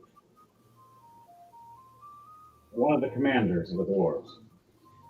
You hear Crawl Tomb Crawl laughing, going, yes, please, no, don't screw up. We have very important business. The people that screw up everything. We've learned our lesson. We just learned to just kill them. You get like two oops. We don't do 3 strikes here. We do 2.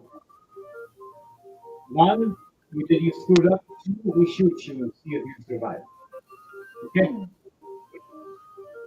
All right. Now, King and Queen, we have to explain. When your daughter gets here, she's for our taking. We need her for many reasons. And then it goes back to you guys. So, Grismont, you did your thing. Watch this dude die. Princess Ophelia. Here's the conversation in 5.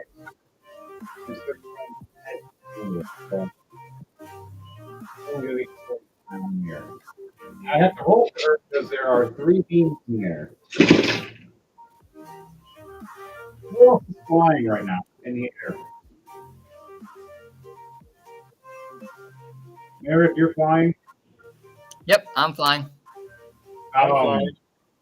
You're flying with who? Grismont. All right, flying with Grismont. Droll, are you flying right now? Or are you still back on the tower of the damaged ballista?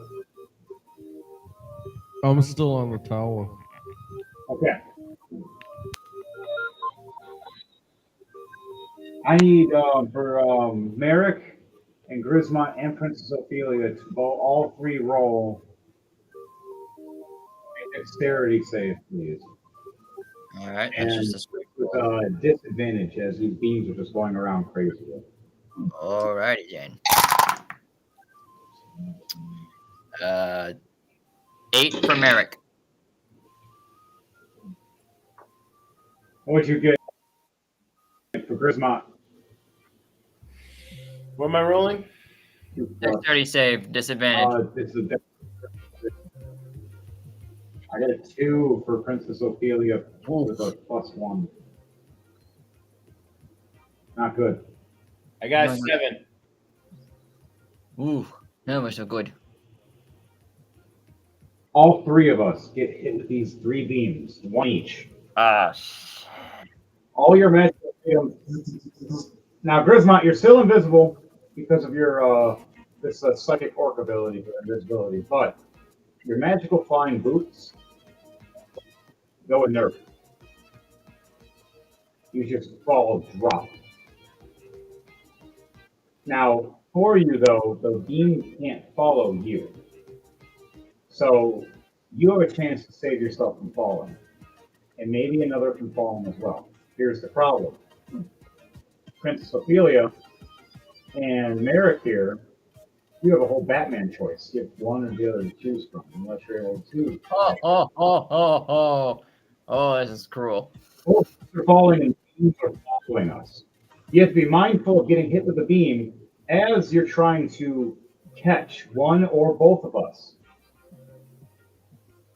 As we're both falling and risk hitting the solid ground and splatting from 60 to 70 feet apiece.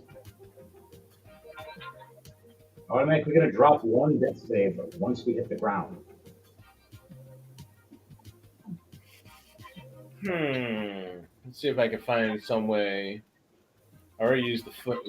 So you can either acrobatics or athletics to see about your speed. And then you're going to also have to do dexterity to see if you're able to grab one or both of us, depending on the number and on your succession. Okay, as for the athletics, I got 27, 17 plus 10. Whoa. And I'm going to try to grab them both. Roll for dexterity. If you succeed, you are able to grab them both because you just dodged both the beams as you flew right past. It's a straight roll, right? Now, you did do a succession, so this will be advantage. This would be advantaged. Yep.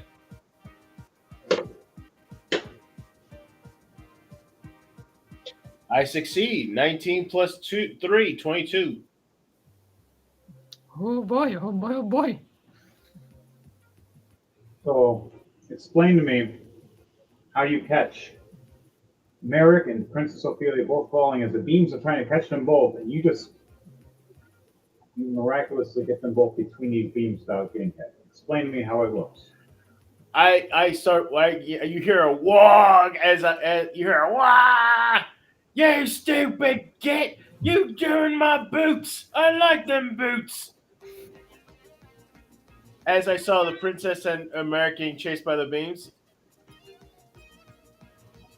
Your boots activate again, and you start flying back up. And what? I really quickly turn into my fighter pilot stance, my butt out and like this. I fly over. I put one arm out, grab the princess, tell her, "Hold on, love." Tuck her onto my back, and she grabs around my neck. And I grab Merrick by the collar. I got you, mate. And Nice, mate. I quickly grab him by the scruff of his neck. So he's like, I am not a kitty cat, dude. "Would you rather fall?" Nope. This Then is fine. shut up. All right, now I need you to roll a strength check for me. You're an orc. You have advantage because of how strong you are. To make sure you can succeed at holding both of them, one in each arm as you're flying in your pilot stance. I succeed. 19 plus, Somehow you got your plus, guys- 19 plus 4, 23. Okay, so how do you explain how you land everybody down on one of these bridges in the top area, back up top? Where do you put them? Do you want to put them near the ballista where Drawl is, or do you want to put them on one of the other bridges? I fly by and drop Merrick next to the ballista All right. and keep Princess Ophelia next to me, and I land on one of the bridges. Okay. And she's kind of shaking because of the shock of being of all the excitement. All right. All they see is Princess Ophelia, and they see Merrick falling, and then they see randomly Princess Ophelia get scooped up from out of nowhere, and then they see Merrick hanging upside down, being dragged or flew by something. All they see is two red glowing beads that look like eyes.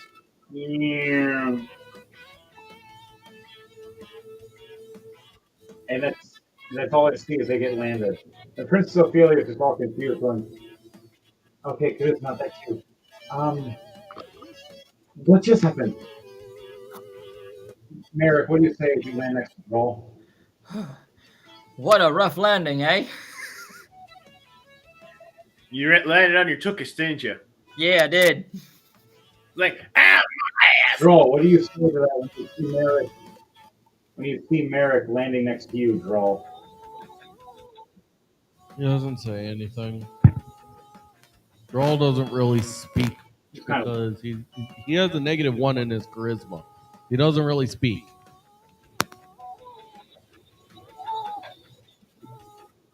talk, it just people just Like think it's first weird before when I you talk. talk.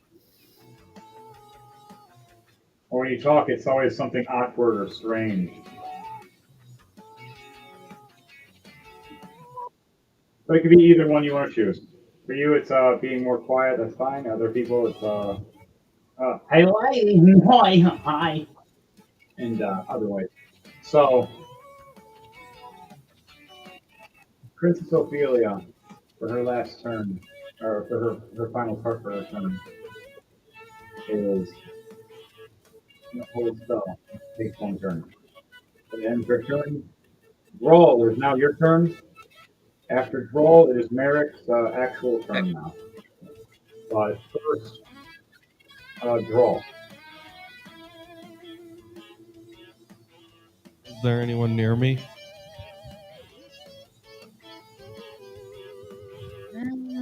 Yes, there's a giant mechanized machine on the bridge spinning around. And then to your right, you see Fleming fighting this other dwarven guard, like a different kind. There is someone on the bridge, though.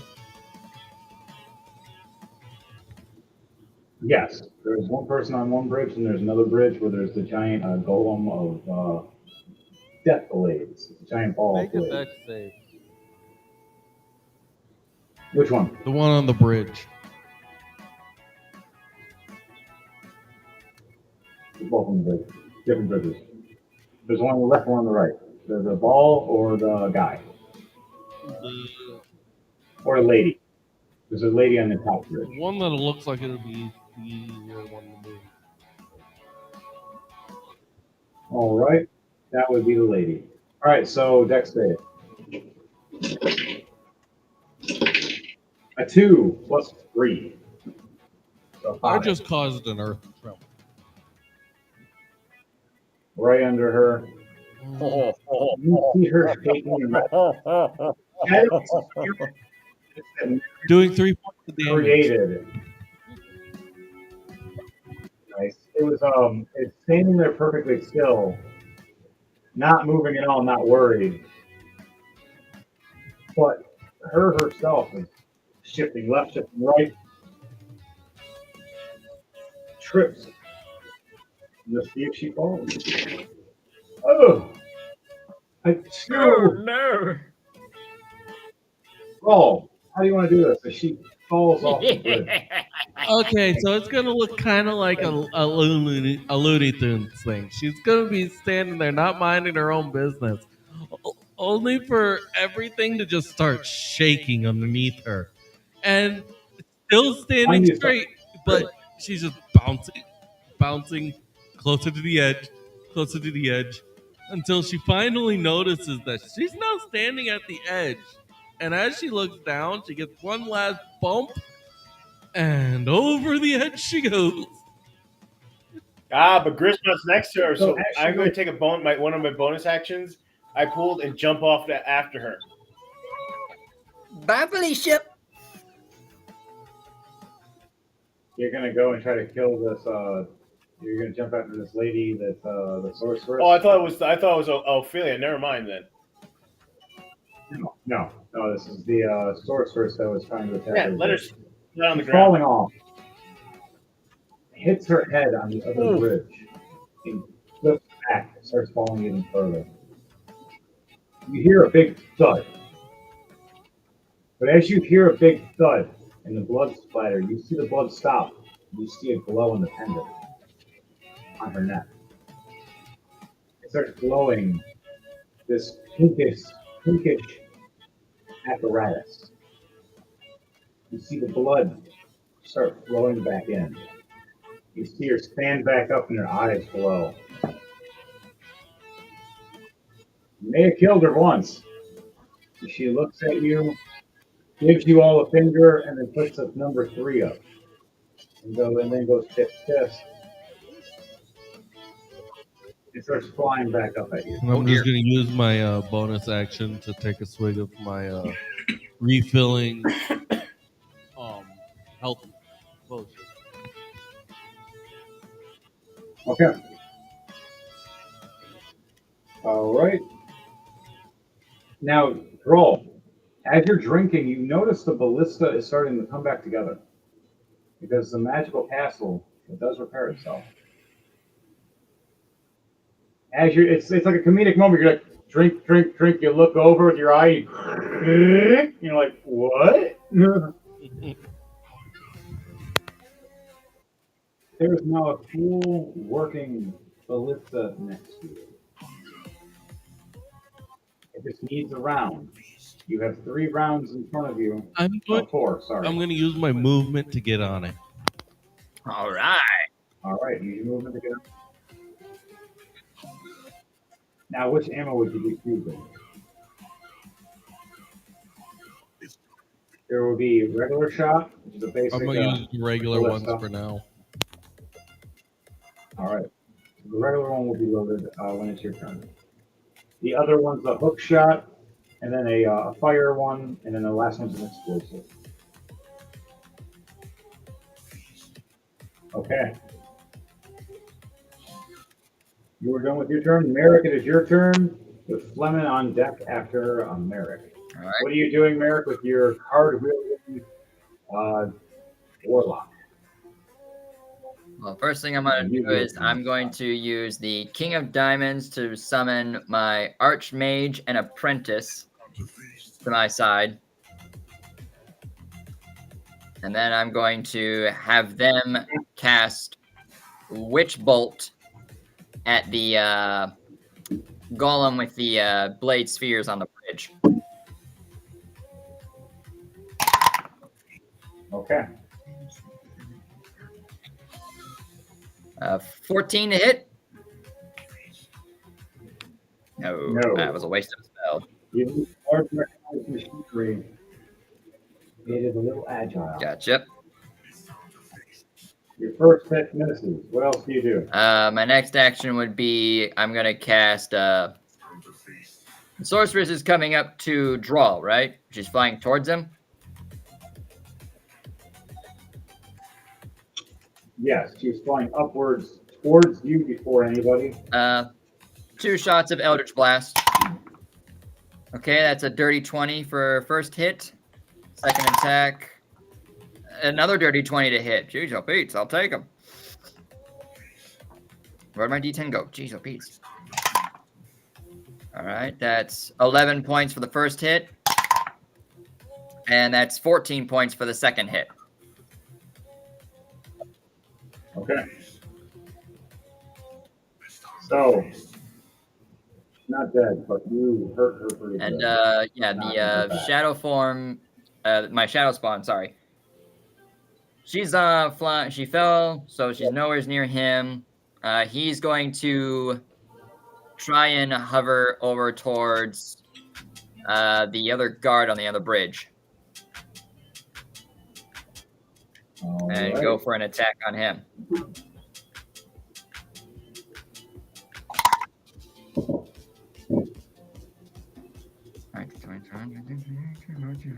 Uh, 26 to hit. That's 1d12. 26. All right.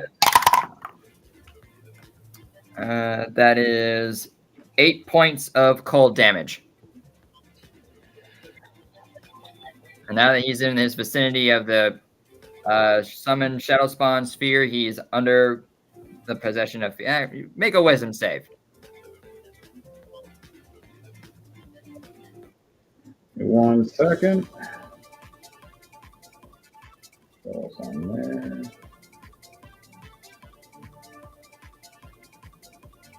should have did that for the sorcerer the first time. I completely forgot about it.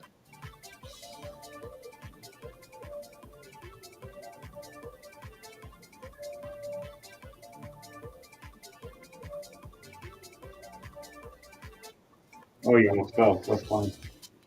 Your magic kept you alive. You said, what kind of Wisdom save. Okay, 20. he succeeds. He's not afraid of him. All right. It is, so that's a female archer. She's just looking at you, and she's not afraid at all. She's just All right. angry. And that's all I can do for my turn. Okay. Lemon, what are you doing?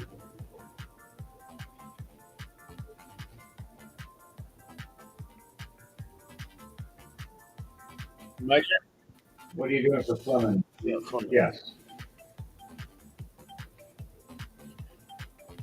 He's still on that ledge, right?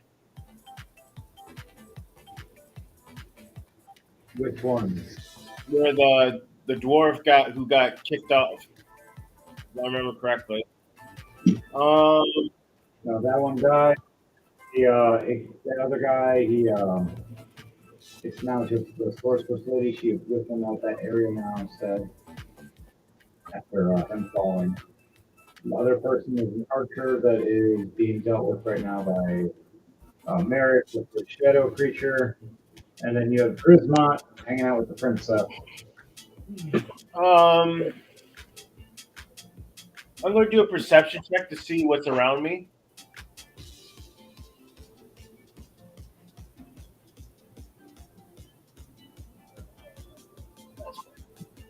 I got 13 plus 3. All right. 13 plus 3 is 16. You look over and you look down and you see that sorceress that you guys helped try to take out. And she came back alive. You look to your right, you see this archer fighting the shadow figure of Merrick made. You look down and you see this giant mechanized machine rolling around with blades, trying to get across to where the ballista is, but just can't quite get there. What do you do? I jump down to the sorceress.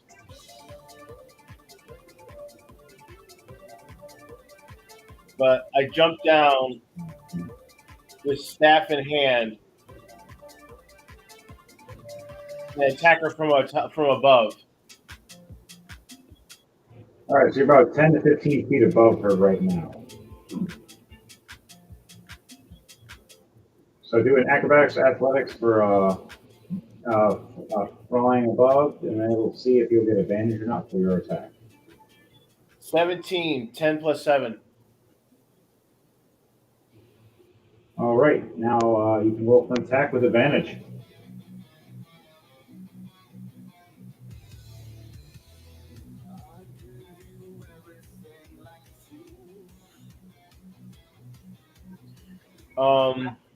As I'm attacking from above, I drop down with both my axes in the air and just come right straight down on top of her. Nice. All right, how much damage are you doing with both these with this weapon for Fleming? Okay, I'm going to use the quarterstaff. Oh, right. I use my quarterstaff. I know what you meant. 16 plus 8, 24. 24. Okay, so 24 damage. Yeah.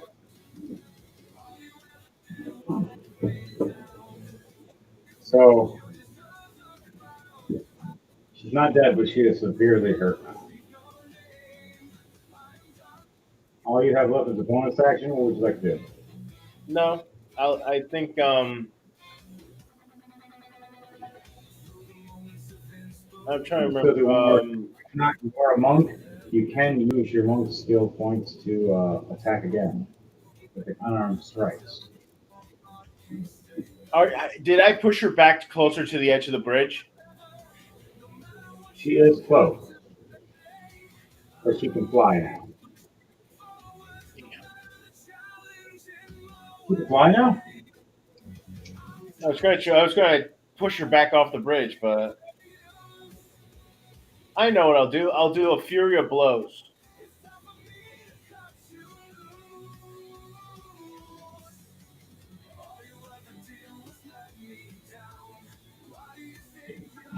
I got a 15 plus 7, 22. All right, you hit. And I get 4 plus 3, 7 damage. Okay. You get to attack one more time. Fury blows is only one attack of 2 attacks. 22, 15 plus 7. All right, you hit. How much damage? 6 points of damage. I got double 3s. All right. It's going to be how you want to do this, but she will be coming back alive again. This girl is a Phoenix ability that brings her back 3 times. Died once, this will be the second time. Explain to me how you kill her.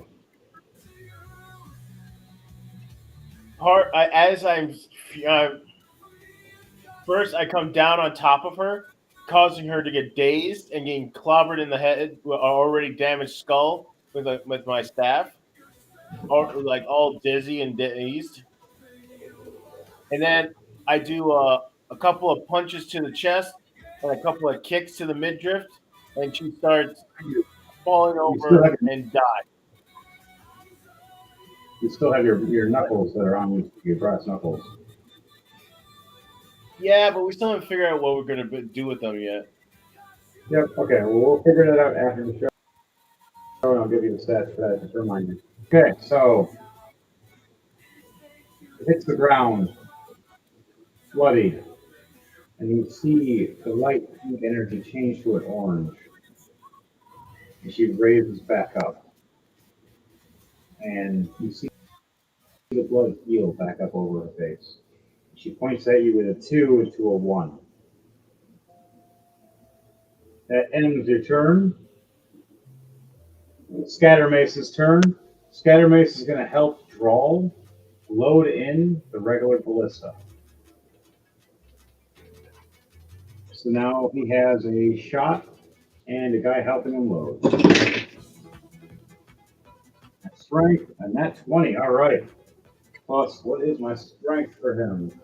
And that 20 plus 1. Wow, 21. Scattermace succeeds with 1 arm. Surprisingly, no one believed it. They shifted it up, and he measured it right, and he nudged it in there with just 1 arm, shoving it in. Okay, his turn is done. Now for the monster's turns. Sorceress. Going to attack Fleming. Nat 20 to hit. A second nat 20 in a row. Holy crap. Fleming, you get slashed. Taking 15 points of slashing damage from a giant spike. She comes back with a backswing. Does a 17 hit. I took 25 damage.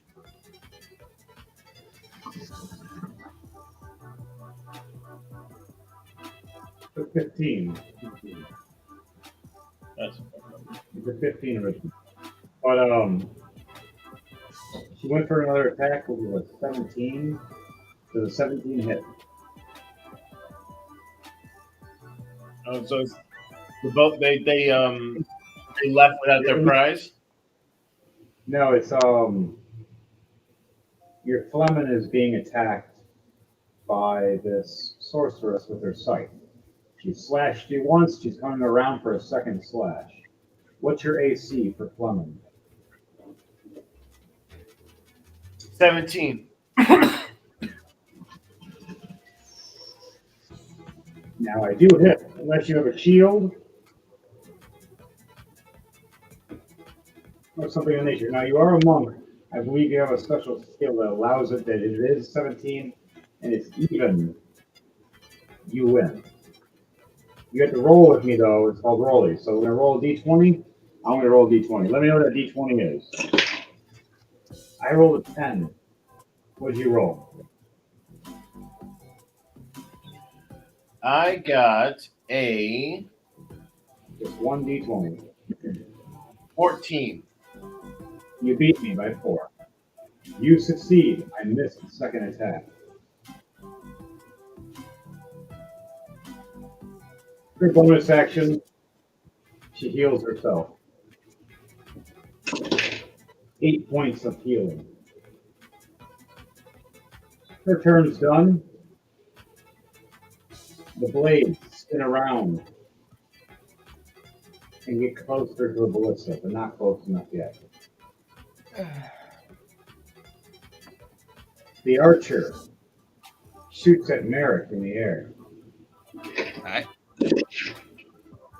Merrick does Yep. 14 hits. Yep, 14 hits. An arrow pierces right to your shoulder. Oof.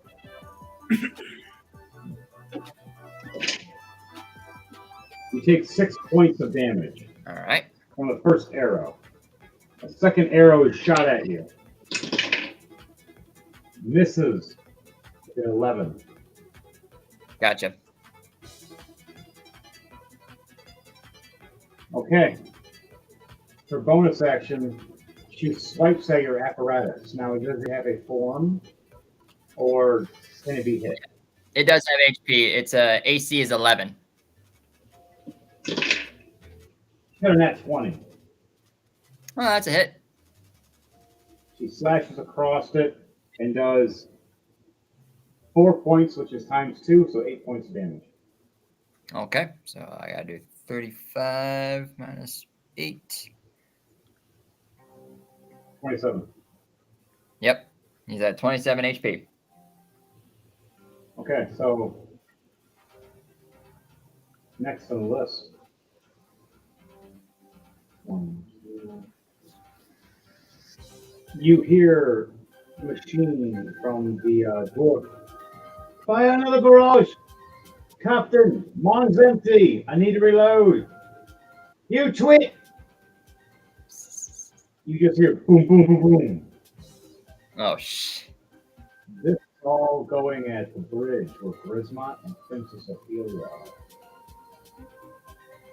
Grismont, I need you to do a dexterity save for me, please. Good. All right, Princess Ophelia sadly failed. Oh, no. Yeah, with a 9 plus 2, and oops, I dropped that. Oh, it would have been that 20. Yeah. Grismont, a 4 plus 8. Still a failure. The bridge collapses under both of them. Oh, no. They start falling.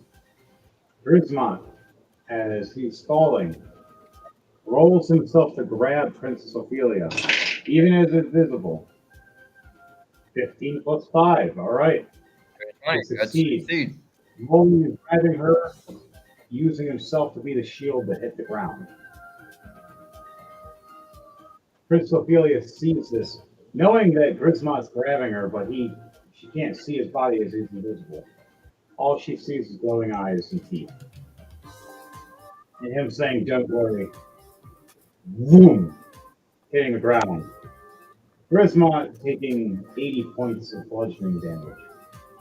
Not dead, but severely hurt and down for one turn. Princess Ophelia taking 25 damage, still formed up an input slam. The rubble slams all around. Edward Knight, I would like for you to you're in the perfect area right now as Princess Ophelia gets up. Dust and clouds all around her. Darkness in this room that's supposed to be lit up but now damaged. As the certain golems that were there got smashed and hit and are inert from the bridge that fell atop of them. You see her I'm walking, going. not being able to see Grismont, scared, down at the ground at one of your 4 traps. Now, which one Make is a it? dex, Bottom are your make top a right. dexterity save with disadvantage. 14. She's falling Now, into a shadow across the floor that's being hidden by the fog and the smoke. now the save is a 14 with a 14. But this is going to be a rolling to die effect. I need you to roll 2d20 for me, and I'm going to roll 2d20. Let me know what those 2d20 are individually, please. Clear one is 11, and then the black one is 14. My clear one is a 13. My black one is a 4. You beat me. Princess Ophelia walks, looking around. Christmas! Christmas! Falls right down the hole. A shadow appears right under her, into a tunnel, to a secret lair under this floating castle in the sky. Edward Knight's hidden dungeon. Edward Knight, where does she land in this hidden dungeon? What part? In what area?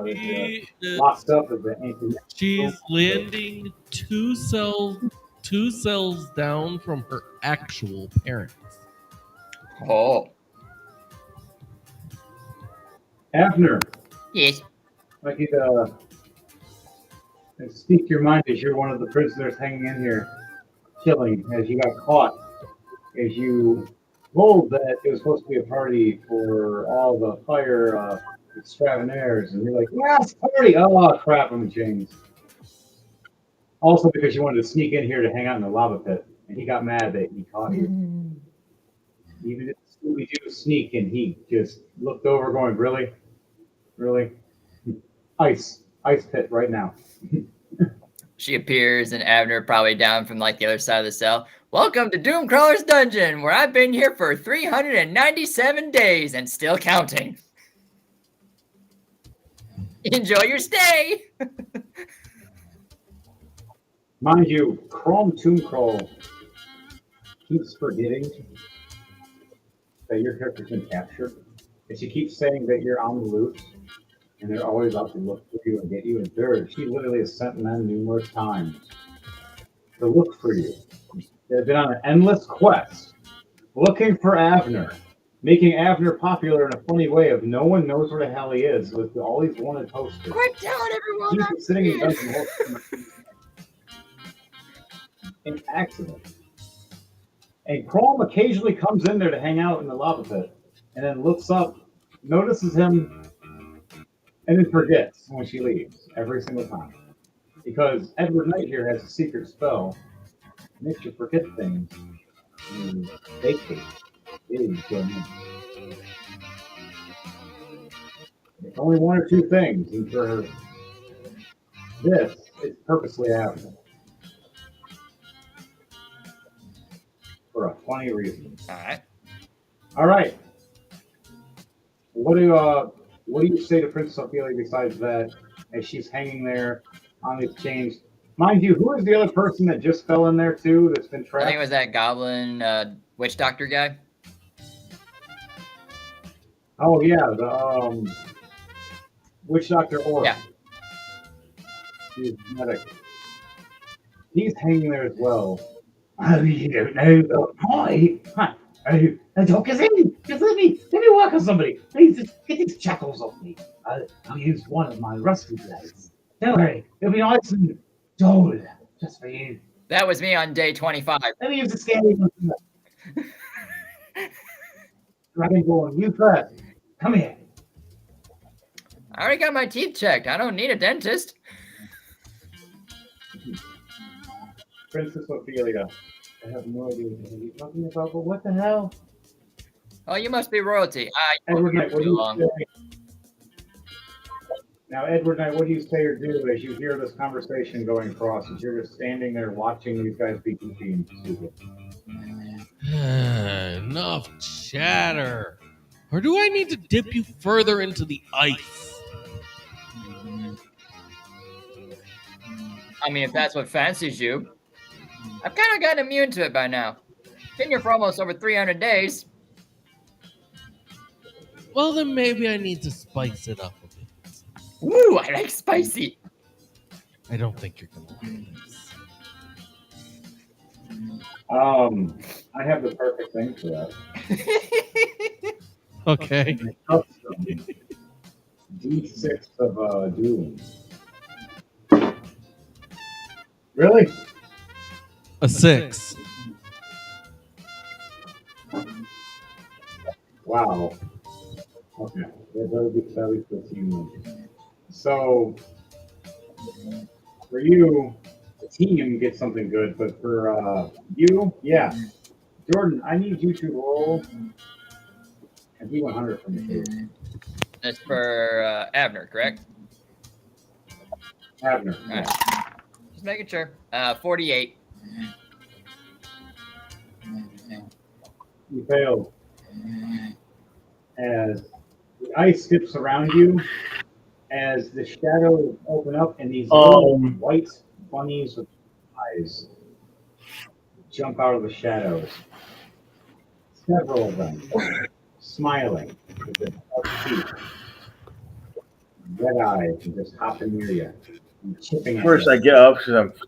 Edward Knight. Grisma, we'll get back to you in a minute. I'll let you know what happened. Oh my god. Okay. Abner, what do you say as you see several white bunnies coming out of the shadows with red eyes and sharp teeth? Killer Rabbit! Killer Rabbit!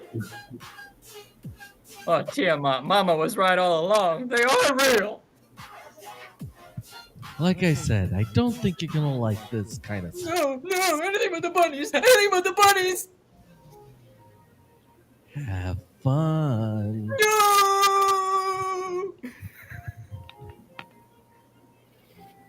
Hey, Abner, we'll get some damage in there and roll that later for you. Dark Trooper for Grisma, while you had your little psychosis for a short period of time to pass out, the bridge blew up where you and Princess Ophelia were standing. It broke. You both fell. You tried to turn your boots on and failed as you got hit by a beam. So you grabbed her and rolled your back to let your back be the thing that hit the ground first, taking 80 damage, bludgeoning damage. But because you were enraged, it became 40 damage. So it was only 40 damage instead. Princess Ophelia took 25 damage altogether. But she woke up as you were unconscious. She walked through a cloud of dust and walked into Edward Knight's trap and fell through a portal right into his dungeon. None of you know where it is. None of you have been there. Not even, well, technically the only person that would know is Lunal, but Lunal has a deal with Edward Knight to only use it when she needs to contact him. She's not going to be helping him this one. So that's what's happened so far for you, Dark Trooper. Merrick, Yes, sir. for you, you survived for that for now. Mind you, there is a archer about to shoot at you again, okay? So that'll be coming up soon. Okay. Edward Knight, not Edward Knight, sorry, Brawl. Brawl, I hear is now your turn. Okay. Is there any You have a giant. opponents I can see currently? All right, roll perception check and I'll let you know.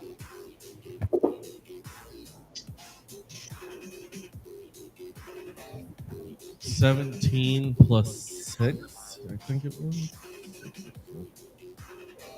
17 You see that giant plus 6. golden ball-bladed machine running around, waiting to get across, trying to get closer and closer to the ballista. I'm gonna fire at it. You look up and you see. Since it's coming All right, towards fire me, away. I'm gonna fire at it. You see it coming at you. Shing, shing, shing, shing, shing. Now, 2 ballista rounds have been loaded. The first one, the basic round, and the second one is an explosive round. I'm gonna shoot the basic one first. All right, fire away. A 17 That's a plus. 17. The 10 is for the ballista. Okay, so 17 plus 10, 27. 27. All right, you're going to be hitting this because you need at least a 19 to hit this thing. You fired right at it, hitting it with a basic one. You see the blades ding at first for the piercing of the metal part as it hits and smashes it and moves it. You see it slide and it almost comes off. But the blade pull itself just back. Oh yeah, nat 20. It pulls itself right back. But you have the next round loaded in. You want to fire it away? Yes. The first round did 47 damage, by the way.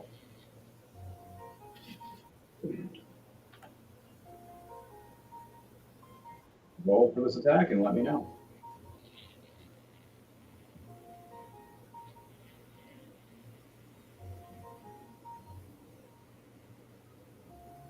And remember to like, share, and subscribe. 16 plus Rolling 10, 2 die. 26. 26 to hit. You hit. Now, this is an explosive round. Hitting this. They already hit into your spot. It is a heavy ballista finally doing a full connection, making this thing lose its ground. How do you want to do this? The thing that could have sliced and diced you in one hit. This thing has 9 attacks right off rip. It's just gonna be. You hit it with 9. He fires the first one, sees it doesn't really do anything. Looks around, notices that he's got an explosive one in there, and it's just like, this might do something. Fires it off.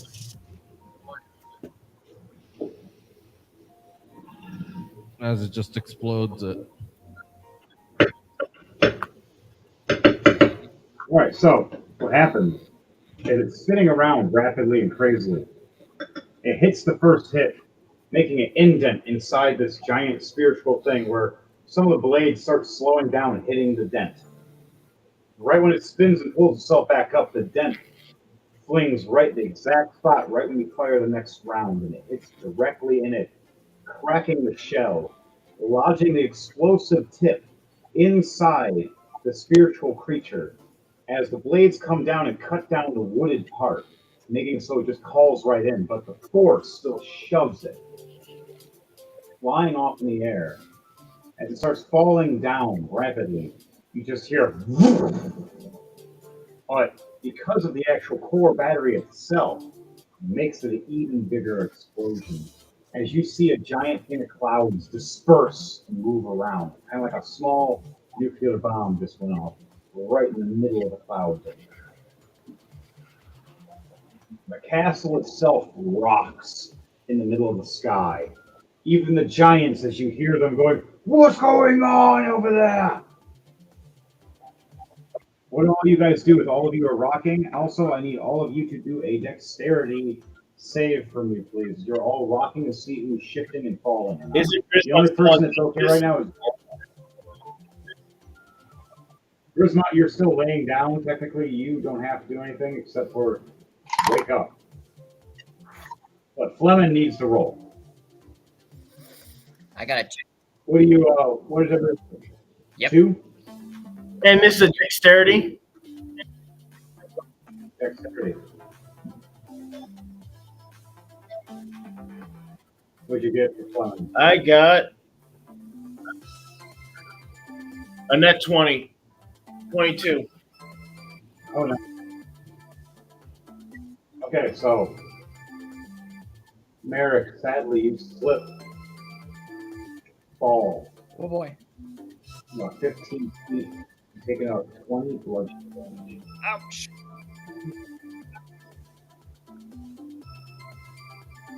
For you, Fleming, you catch yourself, pull yourself up just in the nick of time. As you're standing right in front of the sorceress, and she lost her balance for a moment and stood right back up as well. All right, it is now the monster's turn. Draw. What is your AC? 18. Swung with a 19 to hit. All right, I hit with a 19. You feel a blade slash across your shoulder of that dragon rune blade, taking 12 points of slashing damage and 6 points of rune damage. The rune damage is lightning. So how many points altogether?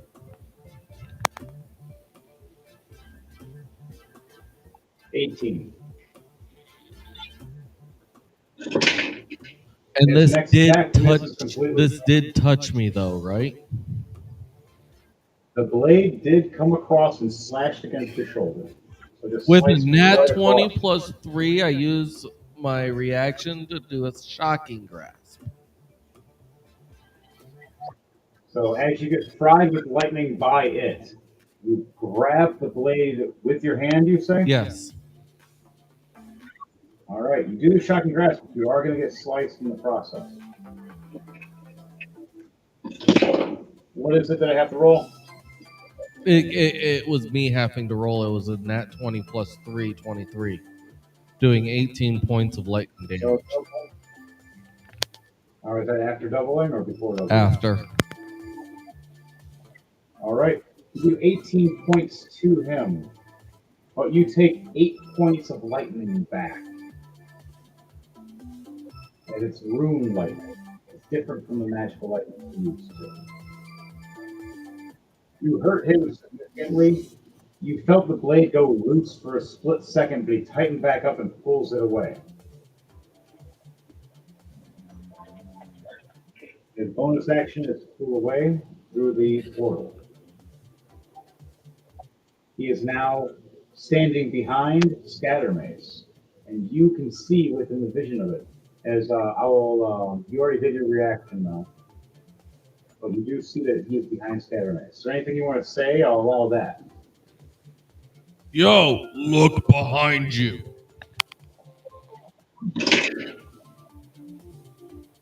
All right. It makes it so it gives a chance for Scattermace to dodge. As he looks and shrugs his shoulder, the blade misses behind his back. A 2 as he takes. The second attack, ooh. Second attack goes a nat 20. Oh, dang. As he's like, I don't, guys, like, shoot. Ugh. As he looks down, and Scattermace goes, not again! With damage of 18 times 2. Ooh. All right, so how does he want to do this for now? Because I only have 30 health. Holy crap. You see the blade just shift right through Scattermace's heart. As it's the third time he has died in this campaign with you guys. Saying not again. Resurrected. True resurrected. Well, we have to get the freaking Dragon Balls and bring them back. At this point, yeah. Jeez. Dragon No. Balls. The blade pulls out of his chest. And he drops to his knees and he looks up, and as he looks up, he sees a boot kick him right in the head. And the portal closes as the Portal Knight disappears for a moment. You see Scattermace tip and fall off the ledge of this 40-foot drop and smack against the ground, hitting one death save.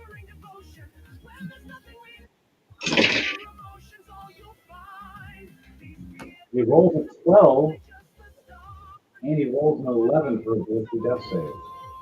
Well, 2 succeeds. That's Barely gasped with 1 HP. Whew. Looking at everything going, what the hell happened? And then just laying there bleeding. I'm surprised he survived. I was expecting death again. And you guys to resurrect him again. do we have any resurrection scrolls? So, I thought the princess does. right, the blood is just kind of flowing over him as he's trying to reach for his potion. The only thing that's left is one archer.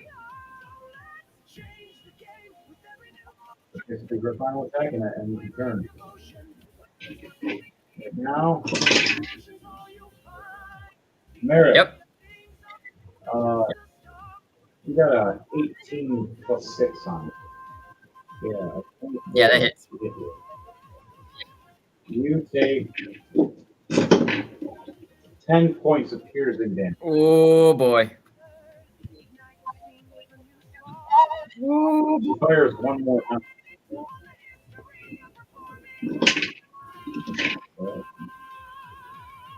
Does an 11 hit. Nope.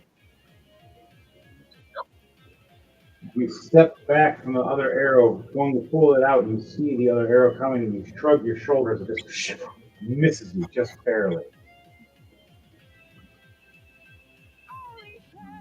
He's barely hanging on.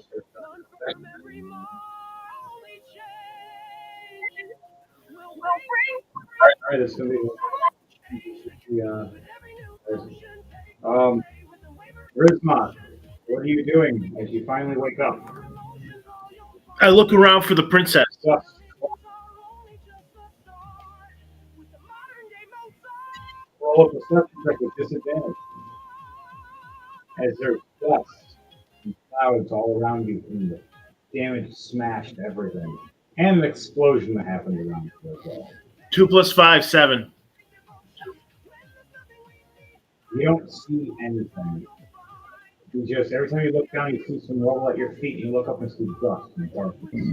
You're walking around in a circle, realize it. Screaming for the princess. No reply. Lost and hopeless, thinking that you don't know where she went and she may never appear again. What does Gridhawk do after that before his character? With all the dust and everything, I will take a health potion to restore some of my health. All right.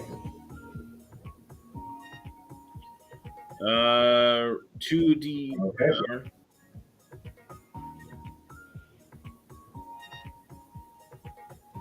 All right after you heal. I got 8 Now, plus 2. So I got 10 points of damage restored. okay. So we're gonna do Princess Ophelia and Edward Knights after the rest of your guys' turn. Okay. Right next is Merrick. Or sorry, no, Droll and then Merrick. So what do you do in Dark Trooper before you end your turn? It's not really much I can do. I'll just end my turn and pull my actions. All right, hold your action. All right, Droll Aegir. You have the ballista being reloaded. It was only reloaded once this time by Scattermace before he fell to his death and had to barely whip back up with only 1 HP. Failing 1 death save automatically from the fall, meaning the other 2 from a 11 and a 12, just barely succeeding. Do I see anyone else, enemy-wise? You turn the ballista and see that archer shooting the living hell out of Merrick. You see one arrow into Merrick's shoulder. Merrick dodges 2 more shots, takes another arrow to the shoulder, dodges 2 more shots and steps back and tries to pull out a card, but sees another arrow to the ground and looks up at her. And she tries to aim right at his head. What do you do? Fire at the archer. Thank you. All right. It's a +10 with your roll. Nat 30. Woohoo! Oh. How do you want to do this with this explosive round that has been loaded? Oh, explosive. She been obliterated. It's gonna be like a Hitman style where the ballista fires and it goes slow motion as the camera pans along the ballista bolt itself until it hits her, and as it explodes, the camera pans out, catching the entire explosion. Nice. All right, so right as you get ready to turn it and aim it, she's ready to release her arrow. She looks back and sees this ballista aiming at her, and she's like, wait, and tries to aim and fire. And right when she aims and fires, this little arrow goes, and he even tries to hit it with some magic. Your ballista just rips right through it. And she's just like, oh shit, and just right in the chest, and just fly off. You see her flying off 10, 20, 30, and then just this big explosion right above the castle. Top of the castle floating in the sky rocks again on all of you. I need everybody here to do a dexterity save with disadvantage, please. Some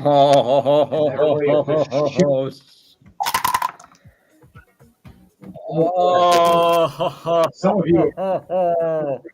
Nat 1 for Merrick again. 7 + 3, 10.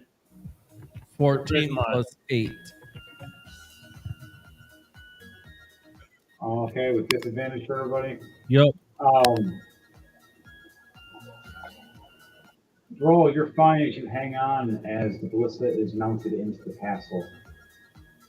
You're just hanging on to you put on your seatbelt. You better see. You see Scattermace right as he heals 15 points. He gets flung against the wall and takes 10 points of damage. For Fleming, what was your number again for Fleming? I got 16, 14 + 2. All right, so you just barely catch yourself on the bridge as everything hangs. And you look like you're doing a flagpole stance. It's like, woo! But you're fine. Merrick, poor Merrick. Merrick, what the hell, man? Dex, man. You're standing on the bridge. Specialty. I got this, man. We're doing great. We're up. Merrick? As you're floating and flying in the air, though, your cards fly out of your hands. All right. How many cards do you have in your hand? I have 5. You have a chance to catch these 5 cards. I need you to roll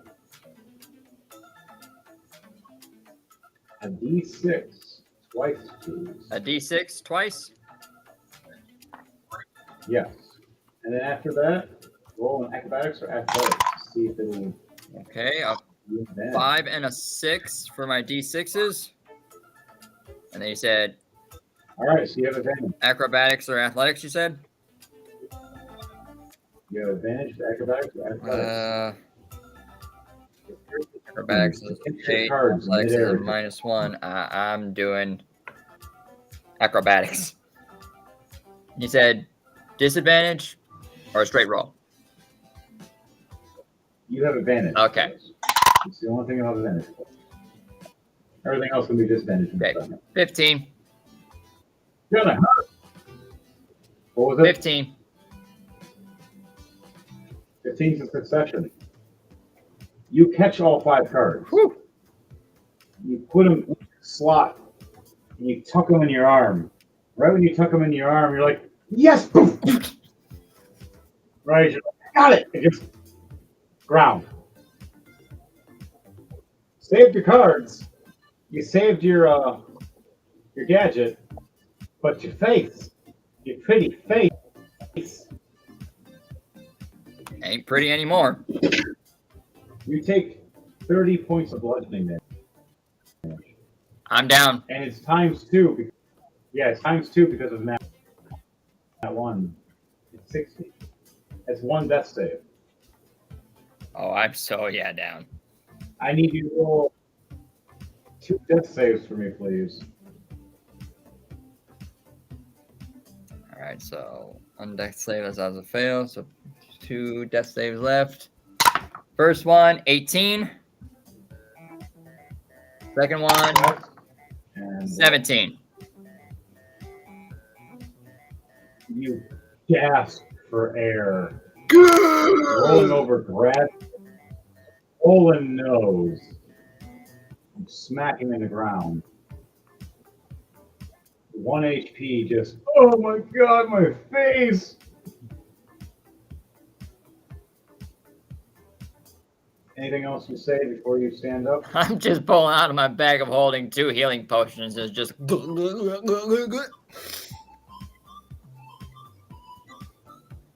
Okay. That will end your turn after you heal yourself. Fleming, what are you doing? Or Chris, Dark Trooper. 2 superior one. What are you doing for Fleming? Your turn is Fleming. I'm awake. I'm just gonna use. And I'm on Plymouth, right? Yep. Droll got rocked and had to hang on after it firing. And then Merrick here almost died. He used his turn to survive and drink potions. Now it's your turn. You're hanging off the edge of a bridge right now. You need to roll an acrobatics or athletics to pull yourself up. Or a strength check, depending on which one you choose. 17 plus 10. 7 plus 10, 17. There you go. You pull yourself up. Stand up realizing that witch fell to her death as well. You notice that there's no enemies above right now. There's a lot of enemies below. You notice the princess is gone. You hear Grismot screaming to the princess. You look down and see a bloody spot of scatter mace, and you see Merrick, 2 different spots, about 10 feet away from each other, and you see scatter mace crawling and pulling himself towards Merrick. You see Droll turning the ballista, reloading it, getting ready to fight something else. What's the last thing you say or do before the end of the night? I crack me knuckles and say, I got some healing to do. I start and I head my way up to Merrick. All right, so heal Merrick and see what you can do with healing Merrick and Scatter Mace. They're both really low. Scatter Mace has 5 points of health. No, 6. Yeah, it's a +1. 6. And then Merrick, how much do you have? I was at 1. I drank 2 superior healing potions, and it put me up to 47. So my first potion gave me 19. My second potion gave me 27. Okay, did I change my mind? Okay. I go down to go to Scatter Mace first. Good choice. Good choice. All right, I'm just right next to him. We're both standing about 5 feet away from each other. You stand in the middle and heal me. First, We both look down as Grismot walks up through the clouds. Droll, do you want to fly down with us, or do you want to utilize staying on the ballista before this shifts over to Edward? I'm going to stay on the ballista. Covering fire. Good. I like it. All right, so I go over All right, and so he's gonna keep so, I go over to Scaramace and wake my arm real high in the air and just give him a quick smack in the face.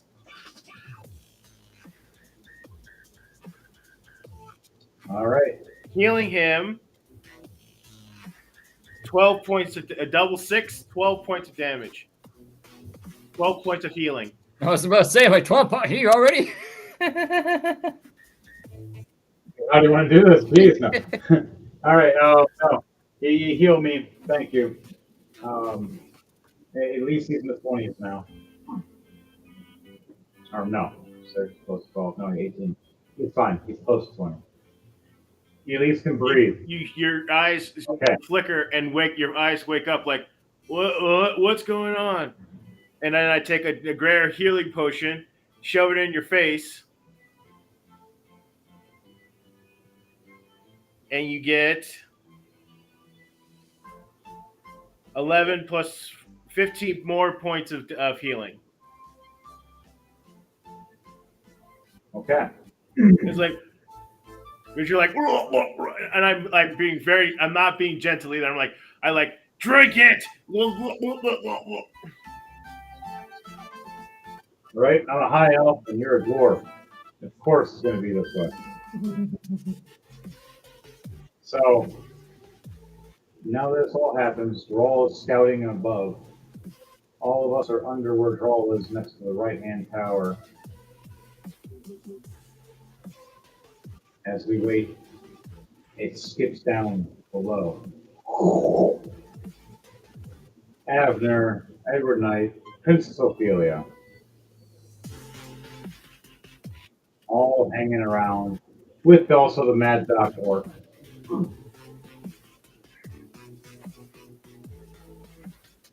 What do you say, Edward Knight, Princess Ophelia, as you want to do the mention of the proposal of her working alongside you, or are you having to force her? I was going to first do it nicely.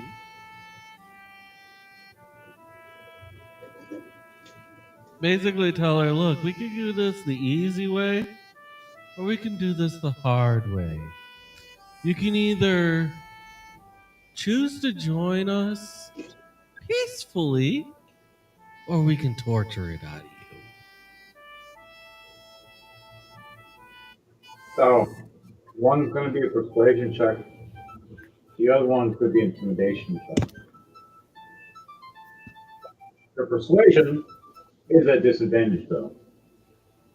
But unless you explain it in a good manner, the way you just did was real good. We'll say the straight ball. But the persuasion, your intimidation is 12. Mm-hmm. The intimidation is 13.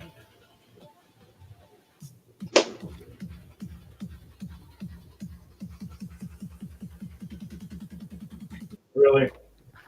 And that one and an 8.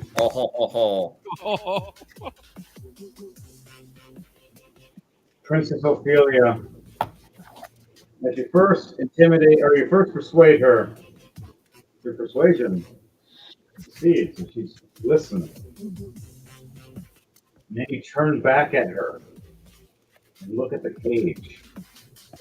And you explain it very thoroughly the other side of what's going to happen if you refuse. And your intimidation succeeds.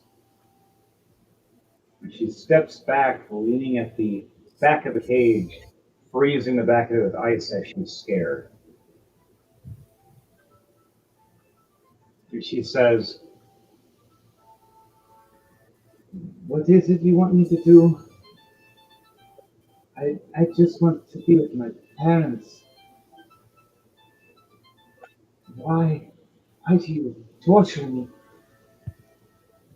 Look, you'll get to see your parents as long as you cooperate calm.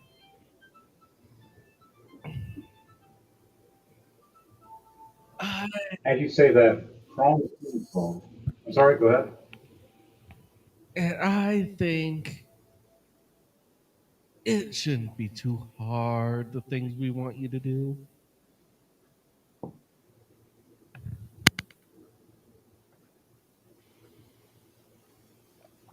Okay. As you say that, Chrome Tomb Crow comes through the door. And the door closes and turns into a shadow again. You hear Chrome going, I may be part of the reason that you are having so many problems, the princess. But we need you ready for many different reasons. A lot of people have things at stake because of you and your crazy drunken dragon brawlers. Ever since they have showed up, I have been having a lot of issues and problems on both continents. Technically the third continent, but they didn't really stay too long to make too much of an issue there. So, Princess, join us or pay the consequences. Either me or Edward. Which do you choose?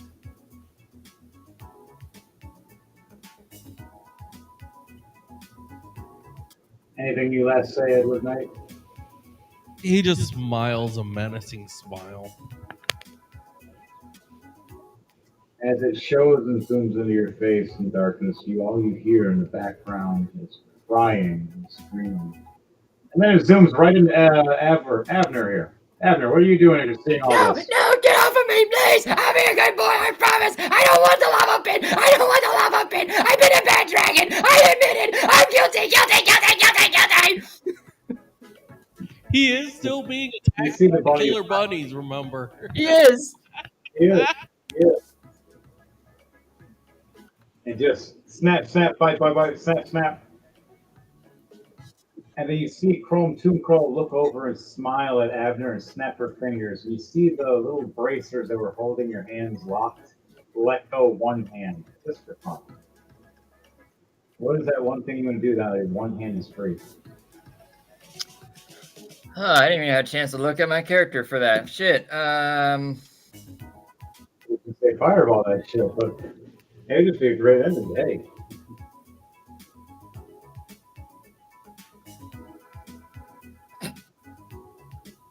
Now don't tempt me now. What do you Give do? me one Right? I'm just saying, it'd be funny as shit. All you hear is that.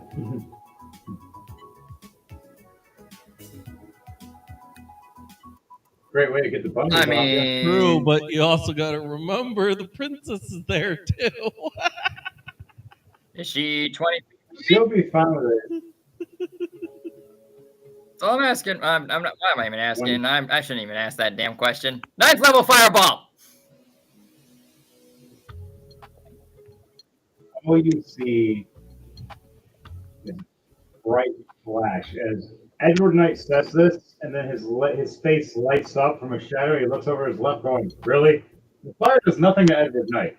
Even Princess Ophelia, she looks over and turns it to an ice ball as the fire grazes across it. The bunnies, the poor white killer rabbits, incinerate. It's a lot of D6. Now you're technically underwater after this fireball. 57 points of fire damage. It's 57 points of healing for you after you took 60 points of biting damage. Worth it. And because you did that, I need you to make a wisdom save. All right. Avner's wisdom. Give me one sec. Okay. Make a break for Abner. Oh, net 20 plus 2, 22. So you are lucky. How do you want to do this for escaping?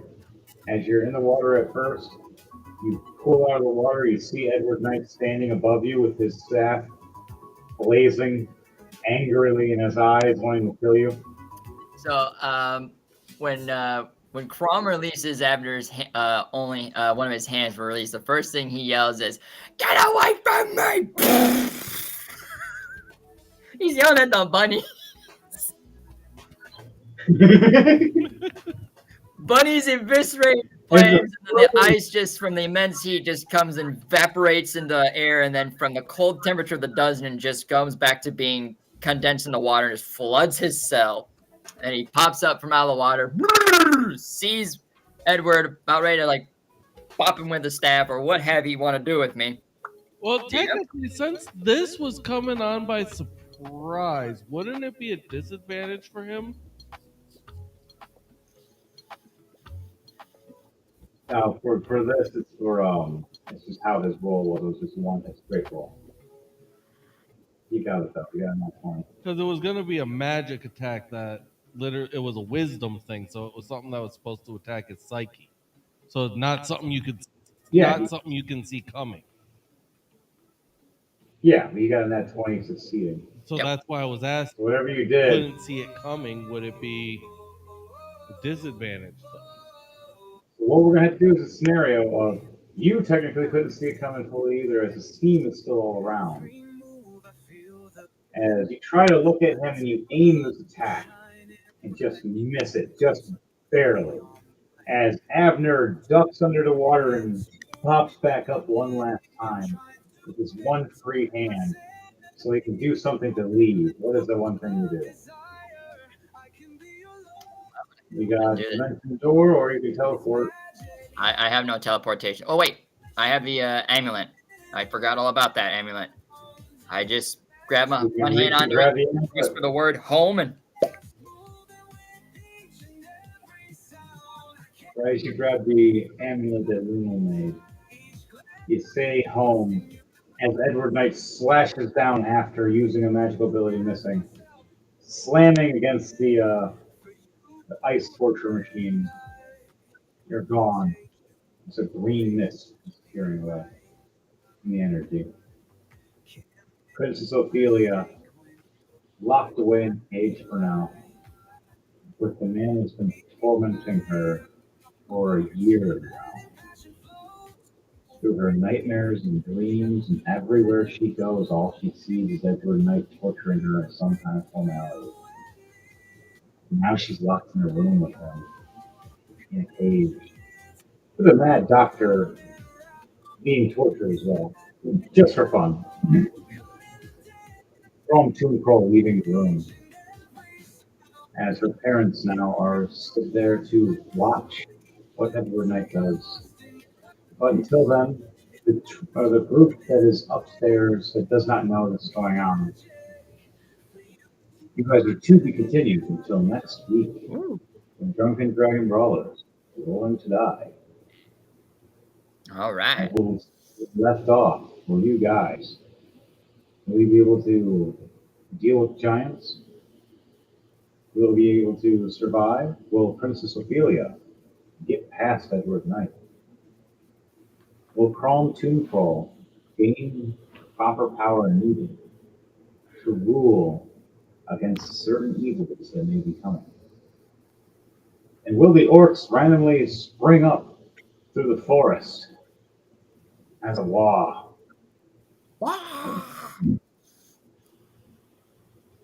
All right, guys, girls, and squirrels. This was Rolling to Die. Remember to like, share, subscribe, comment, and enjoy yourselves. This is something we like to do every Friday night at 9 p.m. Eastern Standard Time. We have our custom DJ and well as our visual effects and a character that's played in here as well, DJ Thunderbase himself. That's right, we have a live DJ at all times, plus all our voice actors right here, Lion72 and Dark Trooper, as well as me as well. We remember we'll see you next week. And is there anything anybody wants to say before we end this tonight? Tune in on Wednesday, 9 p.m. sharp, Eastern Standard Time for the Chaotic Mind podcast. Be there or be square.